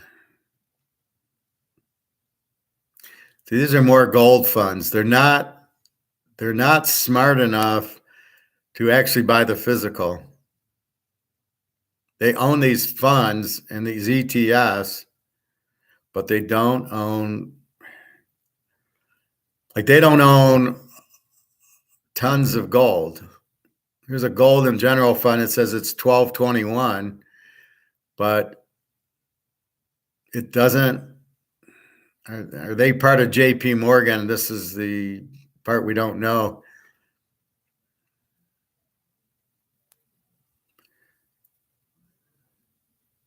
No, I can't see it. I'll keep looking, but I don't know. I don't know who's buying for BlackRock, but that's the tell. Profit. I spend anywhere from 70 to 100 every week on my food order. It's all about keeping most of society a slave if the system. Well, since 1913, that's what JP Morgan's doing, although nobody knows it. Once they introduced the Federal Reserve, which is illegal, and the tax, they didn't have income tax before 1913. So when you played baseball, you made, 500,000 a year, you kept 500,000. Now how much goes to the government, right?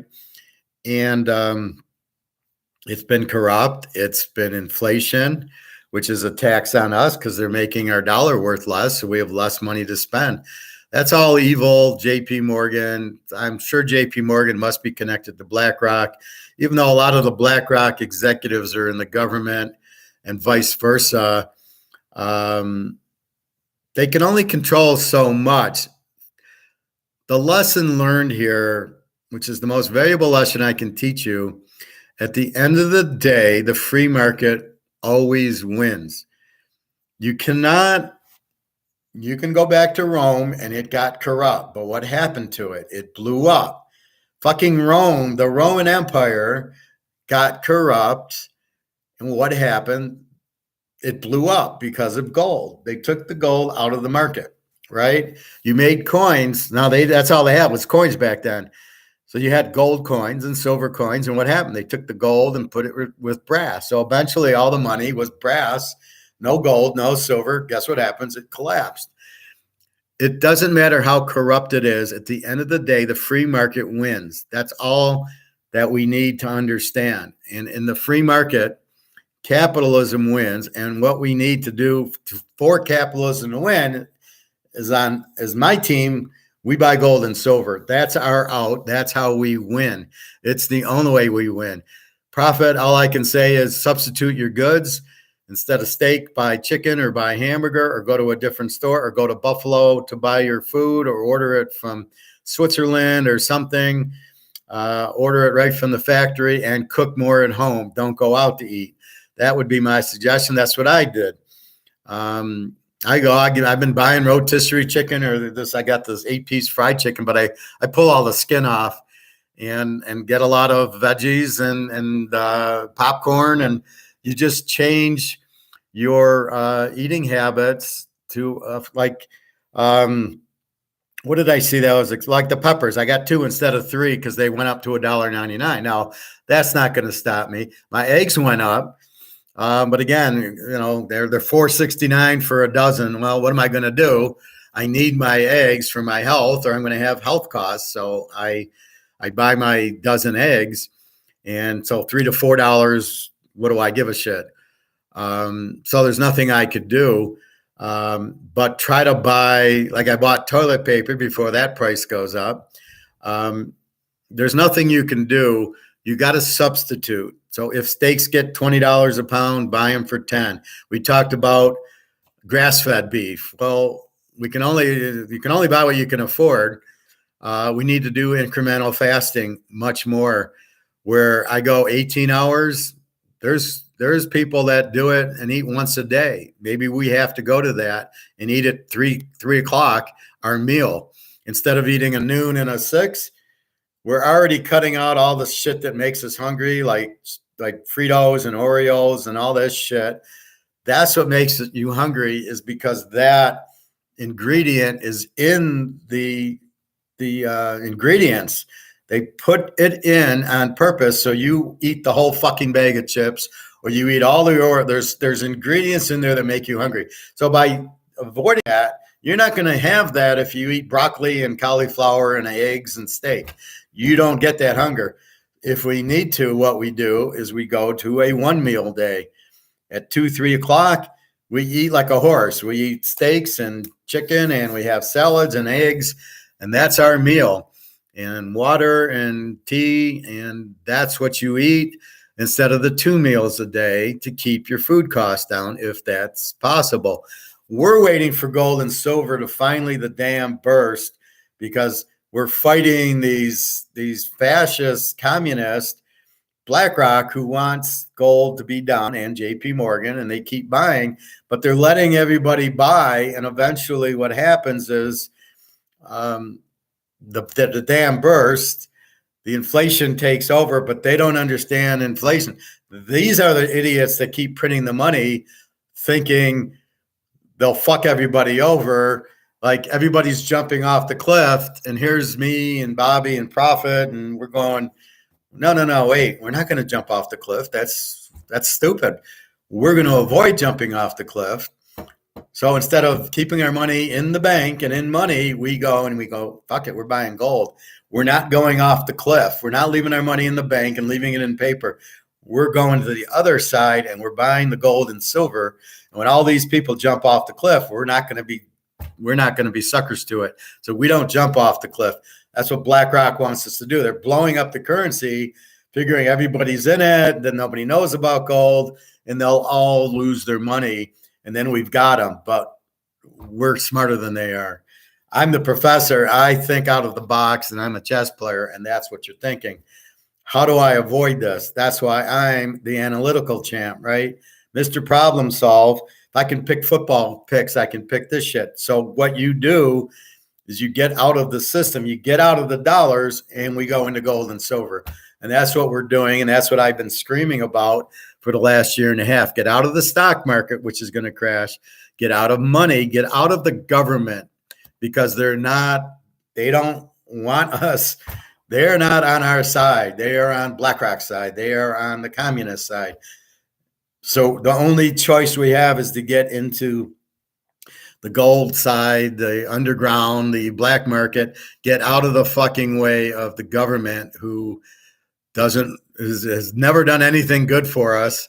So why would they start now? And this BlackRock's corruption, they all need to go to jail, but they won't, because the people in charge are BlackRock or mafia, and they're not going to put their own people in jail. So therefore the law doesn't work anymore. It's broken. So all we can do is just kind of create our own little system. And that's what we're doing. So that's what the gold and silver.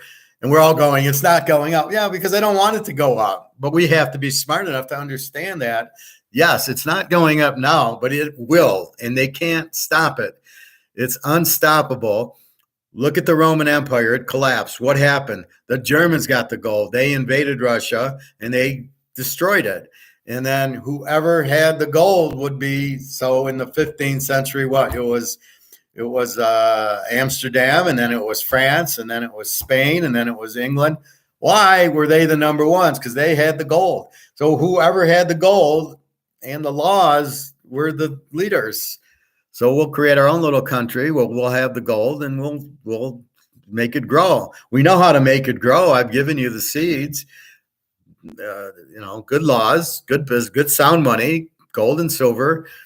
That's how you create this mess. Adam Smith, the invisible hand, get the government out the fuck of it. No central banks, and you keep it good laws and good business. So you're protected, and our country will flourish. We'll have gold standard, and that'll be it. And everybody will flock to us because they'll realize that's the key, is the gold standard, not the paper printing. And a lot of people know that, but a lot of people aren't into gold, because what do they see? Just like my first friend, what does he do? He sits there and he says, "Oh, gold hasn't gone up yet." Okay, so sell it. Sell your fucking gold if it hasn't gone up yet. But when it goes up, you're going to be pissed. And what's your option? Keeping it in Canadian money, which is going down. As Prophet's saying, look how expensive my food is. It's not your food going up. It's the money being inflated, losing value. It's all about the value of the money losing, and then the value of the gold and silver going up, which you don't need money for. You have gold and silver is the only legal money in the world. And that's what you understand. You don't worry about the value going up now. It's the protection of, if I leave my money in cash, if I leave it in this bullshit, it's not even going to be worth, this is worth 50 cents. It's worth 2 cents, right? You can't leave it here. So what is your choice? So you get out of it and go to gold. Well, gold hasn't gone up yet. Well, it will. Understand what's holding it down. JP Morgan, derivatives, BlackRock, they want to kill everybody. They want everybody to be slaves. So we got to be smart about that. And we have to come up with plan Bs and plan Cs. But our plans are buy our gold and silver, park it away, and then just if we need to go to Switzerland or some other country to sell it, then that's what we do. But we got to be smart, because that's our way out, and we know that's it. That's the light at the end of the tunnel. It's gold and silver. So we got to be smart and we got to be patient, but we know it. We know that's our only out. So we have to go with it. Or you can buy Rolexes, but again, you still have to sell the Rolex. Gold and silver, you don't have to sell. It's its own value. So if you need food, you can go to somebody who's a farmer. My friend in Romania, her family's farmers. I can go to her, give her an ounce of silver, and I'll be eating fine for a month. But I'll give her gold, and I'll make sure I eat, and that she can keep farming the land, and that's all I need is the food. So be smart about it. That will buy you food, nothing else. I walk into Romania with this, they're going to fucking laugh at me going, no, we don't want it. It's not worth anything, which is what's happening. Is half the world's going to BRICS.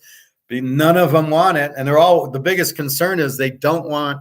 The problem with the U.S. is they're sanctioning Russia, and other countries are worried they're going to sanction them.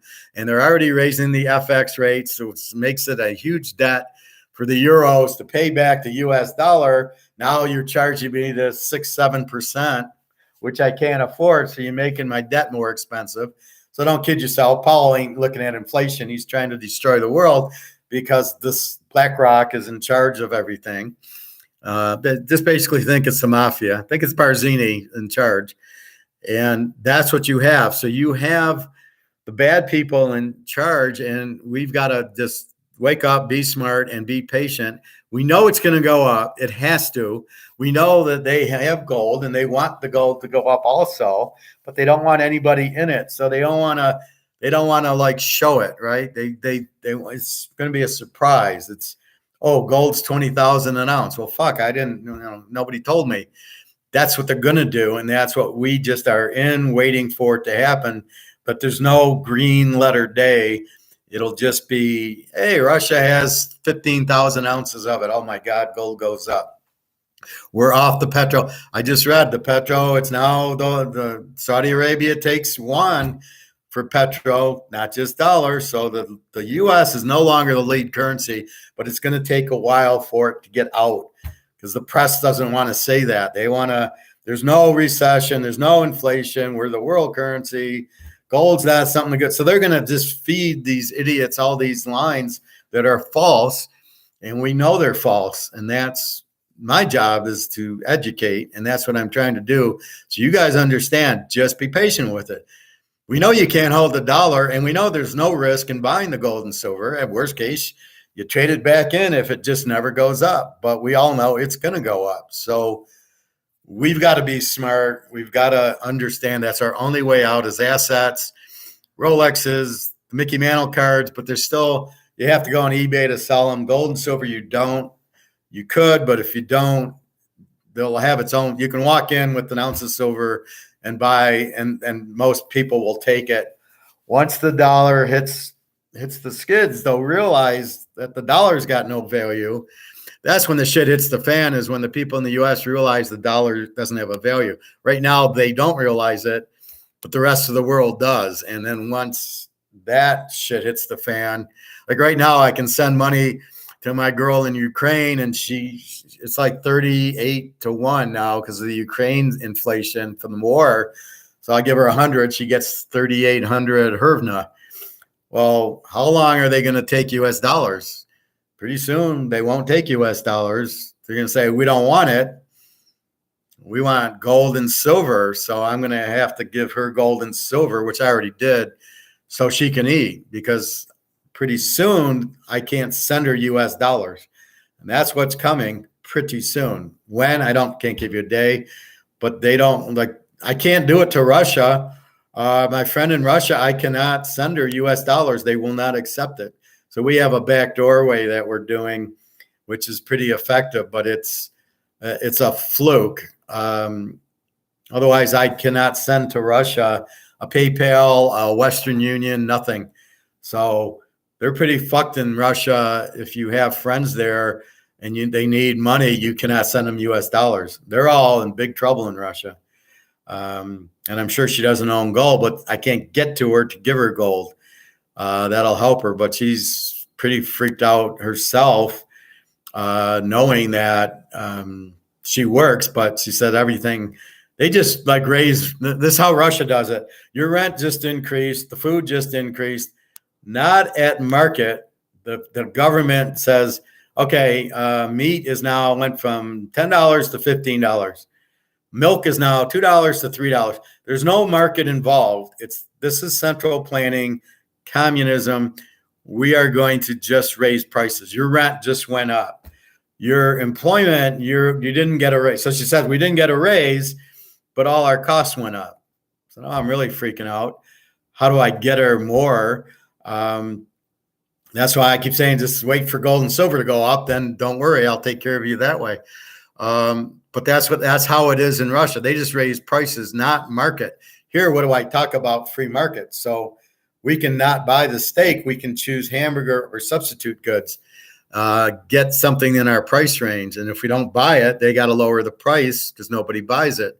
That's what happens in Russia. Believe me, nobody's going to be able to afford steaks that went up from 10 to 15. So eventually they'll have to lower the price because they won't sell it and their inventory will get bad and they won't. It doesn't work. You can't have market control. You can't have government control the market. The market has to control the market, the free market. Okay, what did I miss here? What is the cheapest food I could buy? I don't know what in Canada. What I would say is it's usually chicken, hamburger, tuna fish. I don't even, maybe Cheerios or something like that where it's a big box, spaghetti, things like that would be cheaper. Rice, potatoes. Yeah. Rice, potatoes, spaghetti. Your veggies, eggs are probably pretty good, and they're high in protein. So you can make a 3-egg omelet with veggies and live on that for quite a while, and they're not too expensive. MSG is the ingredient that makes you hungry. Yeah, well, MSG is in a lot of foods. They put it in the Fritos and the chips and the Oreos. That's what Chinese puts in. But where I go, I got the best Chinese restaurant in the world. They don't fry it and they don't put MSG in their Chinese. So I get General Chow, which I think I'll go get today or tomorrow.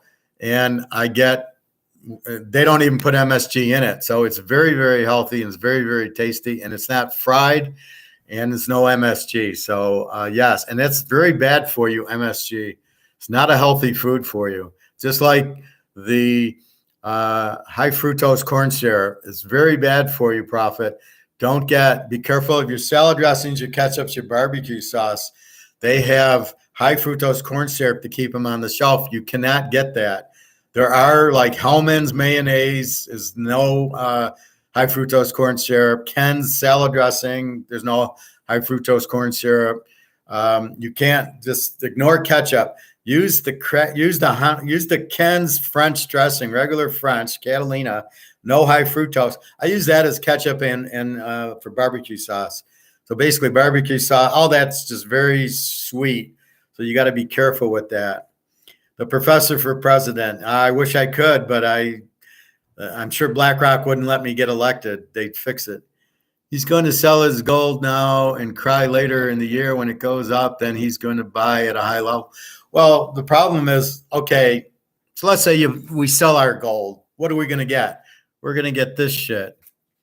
So I sell my gold back. I get 1,800 of these worthless dollars that are probably worth 900 now. What good is it? As these go out, what good is it? And therefore, yeah, not only did I lose the opportunity of them worth 30, 40,000, once it's finally able to go up with the BRICS countries, finally Russia, China wanting them to go up, and they go. Believe me, all these countries, there's 55 countries in BRICS, they want gold to go up, right? China, with you got 40,000 tons of it, Bobby. You're sitting on what, maybe 40, 50 ounces of silver, and you can't wait for the silver to go up. Well, imagine China probably has, I don't know, probably, 1 billion ounces of silver to go with their 40,000 tons at 32,000 ounces a ton of gold. You don't think they're dying to get that price up? And then they're like, we're rich.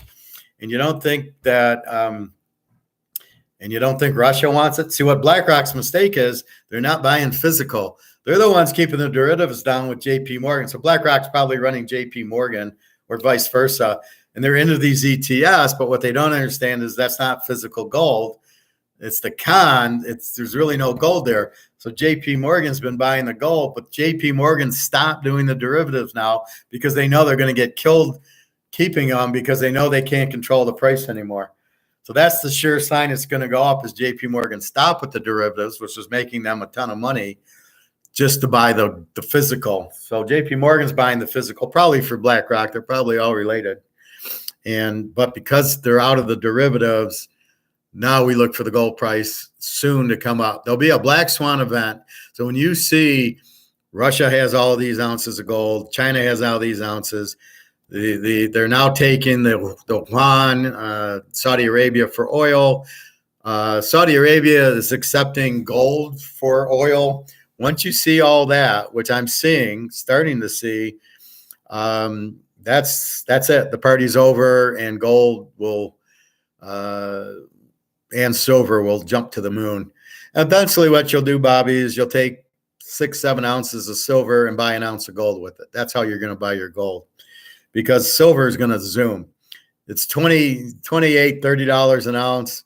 Believe me, there'll be at least a couple of zeros in front of that. It'll be, or after that. So 23 goes to 2,300 at least, if not $5,000, because once it moves, once the people wake up and realize they've been duped by BlackRock, there's a lot of money here, and they're all fucked because they're probably here's what's probably happening. Your Zuckerbergs and Gates, who are a bunch of morons, just computer nerds, don't know anything about finance. So what happens is they probably are sitting there going to BlackRock for advice, and they're saying, put them in the ETFs.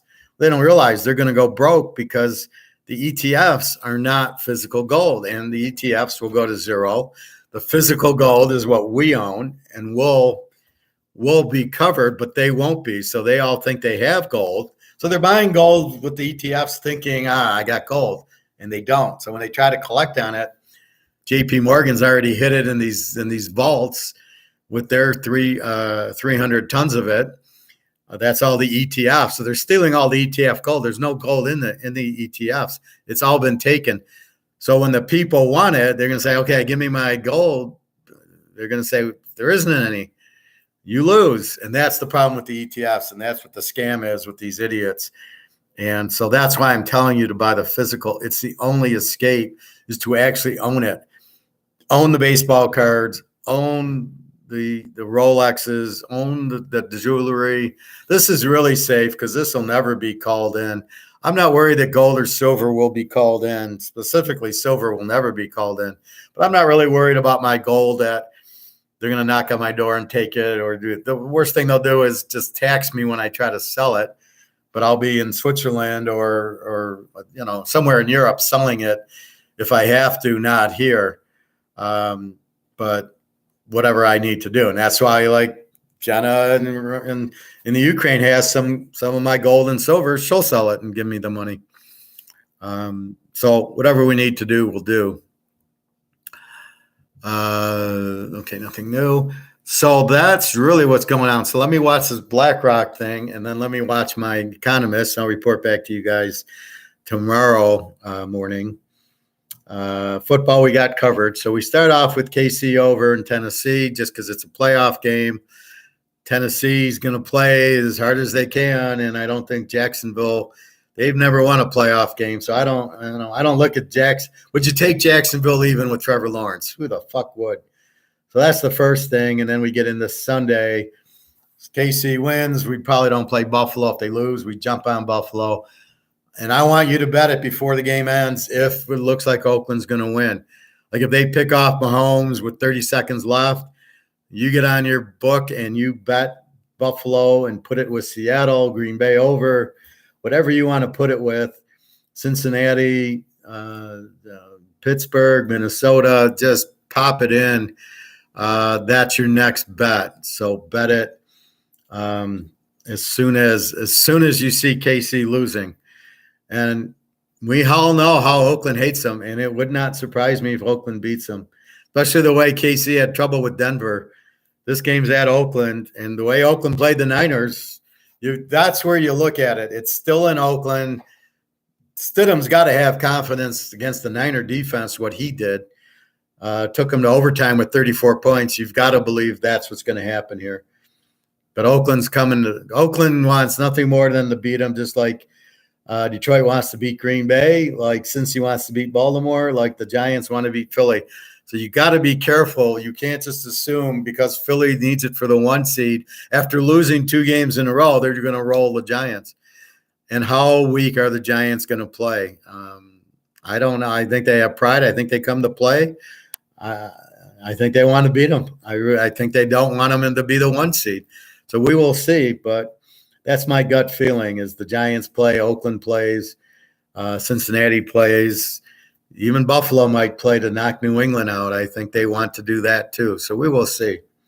But anyway, keep that in mind. Monday's TCU over. So we got a lot of plays coming up. www.teaserking.com.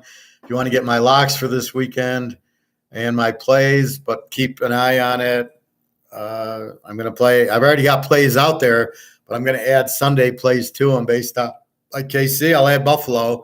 So I am very like a chess player. So if based on I got to make my counter move. So what KC does makes me play Buffalo, but I can't play him now. So I'm going to be playing them either Saturday night or Sunday morning. So you got to go back to the site to check it. My guys I play with, I have already noted, hey, if this happens, we're playing that. So I've already given some of my guys my picks. Those are the guys that bet, and I get 20% of the winnings, which is good because my incentive is for them to win, so I get the 20%. So they know I'm trying to give them my winners. We got screwed last week because I locked Cincinnati in 2 teasers, and Cincinnati game doesn't play. We had the over. So if the over comes in, we win another $500. So it cost me $100 because we'd already won the first half of the teaser, and but because of the game being canceled, we canceled the bets. So I got fucked there, and so did he because it was already 7-3 in the first quarter. That game's going over with Joe Burrow. Anyway, so keep that in mind. I'll keep watching these economic things, but I think we have a pretty good gist. I just want to I know BlackRock's like the bad guys, and but they don't like who owns them. Why does nobody own them? So I think it's JP Morgan, my guess. If KC loses, Buffalo line will move quickly. That's why we bet the game in the middle of KC's game. If KC, like I said, if it's near the end and Oakland intercepts and it's clear that KC's going to lose, we bet Buffalo at that point. We don't wait. You cannot wait. If KC loses, you cannot wait till Sunday to make the bet. You've got to make the bet by the end of the KC game because that line's going to go to 10. So if we want to get it at 7 down to 1, we got to bet it while the game's still going. So watch how the game goes. Now, if KC's up, then we're not going to bet Buffalo anyway. We don't care. But if Oakland's winning like they played the Niners, even if it's close and we think Oakland's going to win, we got to bet Buffalo at the time. The longer you can wait on it, that Oakland's going to win, then you play Buffalo. But the line won't move till the game ends. Vegas is not that quick. So at the time the score is, it's 2017, Oakland, Casey's driving, they get strip sacked, Oakland recovers the ball, there's a minute left, you make the bet. The line will still be 6 or 7. Once the game's over, then the line goes to 10. So you have to be on it quickly. I know they're at 6.5 right now. That's what I'm saying. And in the middle of the game, it'll still be 6.5. Now, if KC wins, it goes to 3. And if KC loses, it goes to 10. But in the middle of the game, well, near the end of the game, it'll still be 6.5. So once you know Oakland is going to win, you bet it then. If KC's up 20 points, then you just let it go. And we're not going to bet Buffalo. If KC's clinched the 1 seed, we just let it go. So that's what we're going to do. So it's just a little bit of that. The rest is really, since Philly, Frisco, and Dallas play the same time, you can't do that. And since Miami, New England, and Pittsburgh's the same time, you can't do that either. You just bet like Pittsburgh. You'll know what to do with the New England. If KC wins, maybe you take New England. So if KC's up 20 points, then maybe you take New England in 12.5 and hope Buffalo goes easy on them and rest Josh Allen. But I don't even know if that's going to happen. I mean, didn't they? I think Miami needed to win at Buffalo last week of the year, season last year. Buffalo had nothing to play for. Buffalo beat them by 40 points. So I got a feeling Buffalo is going to play regardless. It's just the nature of the beast.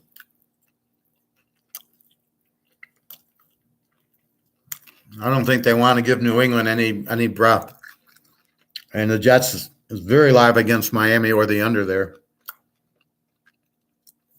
I actually like Pittsburgh. I think they're playing well. They're going to play regardless. You get 3.5. I like that one. Profit. It might be worth it playing Las Vegas plus 16. Buffalo as no, don't do that. Watch how the game goes. You'll be able to get Buffalo, and you can certainly play them with Seattle or Green Bay over Saturday night late in the game. Just watch the game, and just with 2 minutes left, either KC's way up or they're getting beat, and then you can make your Buffalo bet. Why make it now? It doesn't make sense, because if KC wins, Buffalo is not a good bet, -0.5. It's only good if KC loses, then you want Buffalo. But I wouldn't make that bet now. It doesn't make sense. You can wait till 2 minutes left in the KC game, then you can make your Buffalo bet, or you don't make it. I mean, but that's the way you can see it. All I'm saying is I won't be surprised if Oakland wins, because they hate Kansas City. Just like the Giants hate Philadelphia, they would love to knock them off the 1 seed, believe me. I think New York plays, like I said, and Dallas, Washington, I think Dallas plays. Regardless of what the Philly score is, Dallas is going to play. So I wouldn't be surprised if the Giants beat Philly, and I wouldn't be surprised if Oakland beats KC. I would be surprised if New England beats Buffalo, and I would be surprised if Miami beats the Jets. I would be very surprised if Arizona beats the Niners and Washington beats Dallas, especially with Wentz. I'd be shocked, but I wouldn't be. These rivalry games would surprise me. Tennessee beating Jacksonville in a rivalry all day. Oakland, so there's rhyme and reason to it. It's just not. KC needs it for the 1 seed. They're going to win on the road at Oakland, who hates them. So you got to look at all the factors. It's like a chess move, right? If I move here, what happens? And you're thinking 3 moves ahead. They're going to do this, and I'm going to do that, and I'm going to do that, and they're going to do that. So you got to have counter plans. So there's always A, B, and C. And so you've got to – that's how we look at football. So the fact KC needs to win, but wait, it's at Oakland, and Oakland hates them. So we've got to – I agree, either take Oakland, but I like the over more because they're both – look like pretty explosive teams. Oakland, KC are usually close games.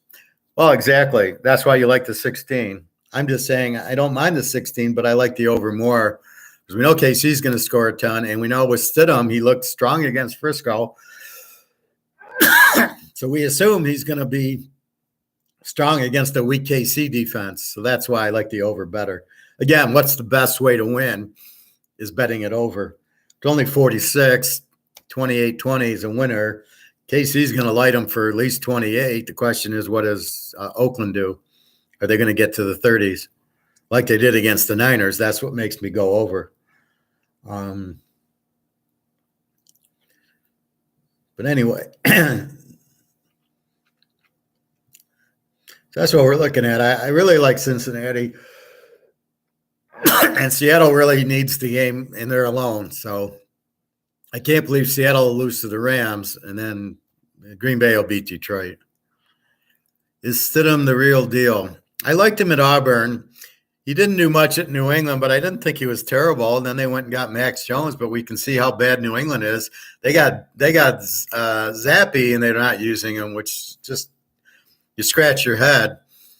They're probably trying to trade Zappy or Jones like they traded Garoppolo, which was I never liked Garoppolo. He's terrible. I never liked him, so I think that's what they're trying to do is either trade Jones, and I don't know who'd want him. Although he did go to Alabama, so he must be good because he went to Alabama. I love it when they think because these guys go to Alabama and they score a lot because they have a unique offense. And Ohio State, they never do anything in the pros that they think these guys are good. Yeah, well, that's the key, and that's the whole point, Prophet, is Stidham against the Niners, not against the Lions, but against San Francisco. That's why I think that he'll put up a lot of points here, is that he did that against the Niners, and KC's defense is nowhere near the Niner defense. That's my point, and that's why I like the game over. Was it a fluke? Was it a one-off? Well, if he can put up 399 against the Niners, I don't think it was a fluke. Like I said, if it was Arizona or a weak defense, yeah. Now that's what we got from Baker Mayfield. He puts up 51 points against Denver. He puts up 10 against Green Bay and 10 against San Diego. So now you're in a holy shit, which guy is this? And that's what we've got to see with Stidham, but we don't have enough data to really know, is this the guy and this is what he's going to do, or was it a fluke? But because it was a harder defense and he's at home, I still like Oakland, where the difference is Mayfield at Green Bay gives him 10 points. Then he's home against Denver and he puts up 51, but they ran the ball a lot. And then he goes to San Diego, which is basically the same home field, and he puts up 10 again. So it makes me go, well, okay, you got lucky against Denver. We're here. Stidham, did he get lucky against the Niners? A great defense. Is KC going to learn, watch the tape and go, oh, this is what he likes to do, and then start controlling them? I don't think KC's defense is good enough to do that. But I think the tape will get out, and that's what eventually happens. The tape gets out. You see how to defend the guy. That's why that first game he looks good. They don't know what to do with him, and then after they see him, they go, okay, this is what we do. This is how we defend. Like Fields, they know he runs, so now they know what to do with him. And he can't pass, and Lamar Jackson was good that first year, and after that he sucks because now they know this is how you play him. So anyway, so that's how I'm viewing it. But as far as this inflation mess and all the other food shit, go to substitute all the high price stuff for low price. Keep in mind it's business. Business's job is to turn over inventory. I get my steaks, I buy them from the butcher, I sell them to the public. If my price is too high or people aren't buying, I have to lower my price to make the sale, or I'll never recover the money I paid the butcher to buy the goods. I need to then turn it around and sell them. And this is what's happening in the market. As the inflation hits, people want to raise price to cover their costs. But if the consumer, us, the market says no, and we don't want $30,000 for a Camry, they can't sell them, even though they put all their money into it. They end up losing their ass and lowering the price. And that's how we can control everything. If we don't allow for the high prices, so if nobody were buying eggs, they'd have to lower the price on the eggs. or the steak. That's why steaks are still like $9.99 because people aren't buying them. People are saying fuck you, and they're not buying them, or they're buying the grass fed and not the hormone ones, and that's what's happening. Or the salmon. The salmon I see is like $20 a pound now. I don't buy it because it's farm fresh. I did go to the freezer section, and there was wild salmon I got, like I think it's a 12 ouncer for like $8 yesterday. So it's frozen, so I'm going to try it, but it's wild, which to me is fine. I don't, do I care if it's frozen? Well, probably, but I don't think any of it's fresh. It all has to be frozen because they can't possibly take it out of the ocean, put it on the boat, and then ship it to me, and it's fresh. It would never last. So I think they freeze it and then thaw it out at the butcher, but it's sitting on ice. That way it keeps. But that's our way of doing things is the substitute. And that's what we do with football. We don't like, we don't like the Denver game. We go to another game, or we adjust the spread. Look at Buffalo. If Buffalo's too high of a line, we don't bet it, and the line comes down. Look at Georgia TCU. The spread's 14. We all like TCU. It goes down to 12.5. We think it's going to be high scoring. We push it from 60 to 62. That's what we do. That's our power in the market. That's why this BlackRock New World Order of fascism and communism won't work, because we're too powerful. If we all get into gold, they can't control us. We can then buy substitute goods. And if they try to sell things very expensively, we just don't buy it. And then that's not how business works. You can't set the price. The market sets the price. And that's our control. That's our way we survive and we win, is to be the market. If we're always the market, we always will win, because we control the prices and the goods, what's sold and isn't. And in the Roman Empire, they tried price controls, and look what happened to the Roman Empire. It doesn't work. You can't say, I'm going to sell coffee for $20 or for $2. If you sell it for $2, nobody makes it. You try selling for $20, nobody buys it. The market says this is what you make it for and what you can make, and this is what the buyer buys it for. And that's the beauty of the market. So they can sell it at a price they make profit, they'll make it. If they can't sell it for a price of that they make profit, they go out of business, and we don't have anything to buy because it's not available for us at the price we want. So we let it go. I noticed that I bought some coffee more for my foot yesterday. And the tea and the coffee was like $7. I don't know what I paid for it before, $3 or $4. But again, it's nickel dime stuff, so you don't really notice it. It's not like I'm buying a car. So if my eggs go from $3.60 to $4.60, yeah, it's $1 increase, but it doesn't matter. And the same thing with my yellow, orange, and red peppers. They go from $1.69 to $1.99. Okay, but it's still cheap. But all it does is show me how the inflation is and how the value of my dollar is dropping. So I keep going, okay, gold, here you go. And I know it's going. It's just a matter of time. All right, everybody, www.teaserking.com. Have a great day. Have a great weekend. Keep your eyes. Go to this BlackRock thing. Well, I'm going to summarize it for you tomorrow. Free picks are Seattle and the Green Bay Detroit over and TCU over. Can't do any better than that.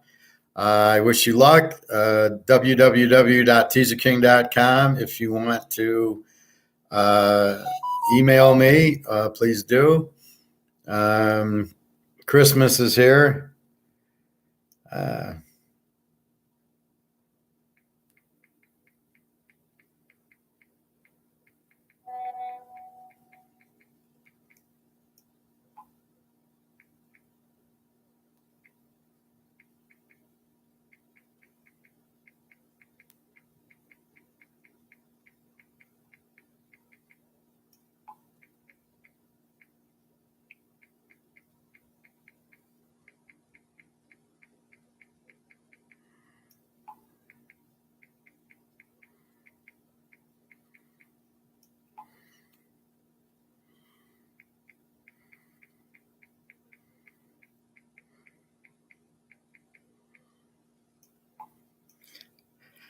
So that was Jenna. Christmas is here in the Ukraine. So it's really tomorrow, I thought, but see you tomorrow, Prof. You're welcome, Bobby. To anybody else, www.teaserking.com. Get my email if you want. Like I said, the BlackRock, well, here, I can show you the BlackRock now because it'll be on my YouTube. So I have a YouTube in here. And I can show you what it is. So it goes in, I can show you my history from what I'm doing on the TV.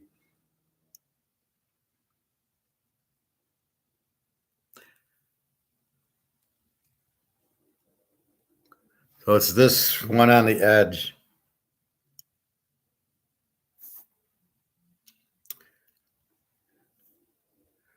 This one on the edge. They own everything, and it says how BlackRock runs the world and how whatever. Now I'm in the middle of it, so I'll get to the end. But I would recommend this just to. I want to hear what he says, but I can interpret, so I know if it's real or bullshit. But we will see.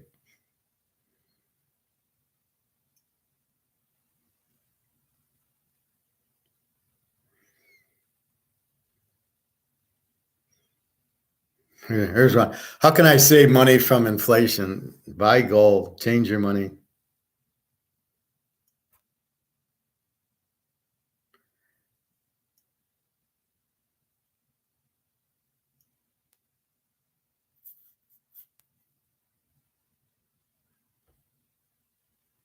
So here you go. Here's my buddy Alistair. This is the guy from Britain. Don't miss out. Add this asset. So he's saying buy gold and silver. This is 3 hours ago, but I think it's when he's already done. They have these little short ones. See, then you have this idiot. Terrible news, gold and silver, and it's such bullshit. Shut the fuck up. This is about to happen. So, see, the problem is this guy gives you this warning, but what he's doing is he's really a Keynesian, and what he's saying is the derivatives might go down. We don't give a fuck about that. We only care about physical. So I watched this for a minute, and then I realized he's full of shit, and then I write negative stuff on his. But anyway, that's what happens to it. So today is Little Christmas, 12 days after. Well, it's Russian Christmas, Ukrainian Christmas. It's Orthodox. So it's January 7th. That's when they celebrate the Orthodox Christmas. But that could be what you're saying too. All right, everybody. Have a great weekend, and I'll be in touch tomorrow. And I'm going to watch these videos, and we'll go from there. All right. Have a great day. Thank you. www.teaserking.com. Have a great day.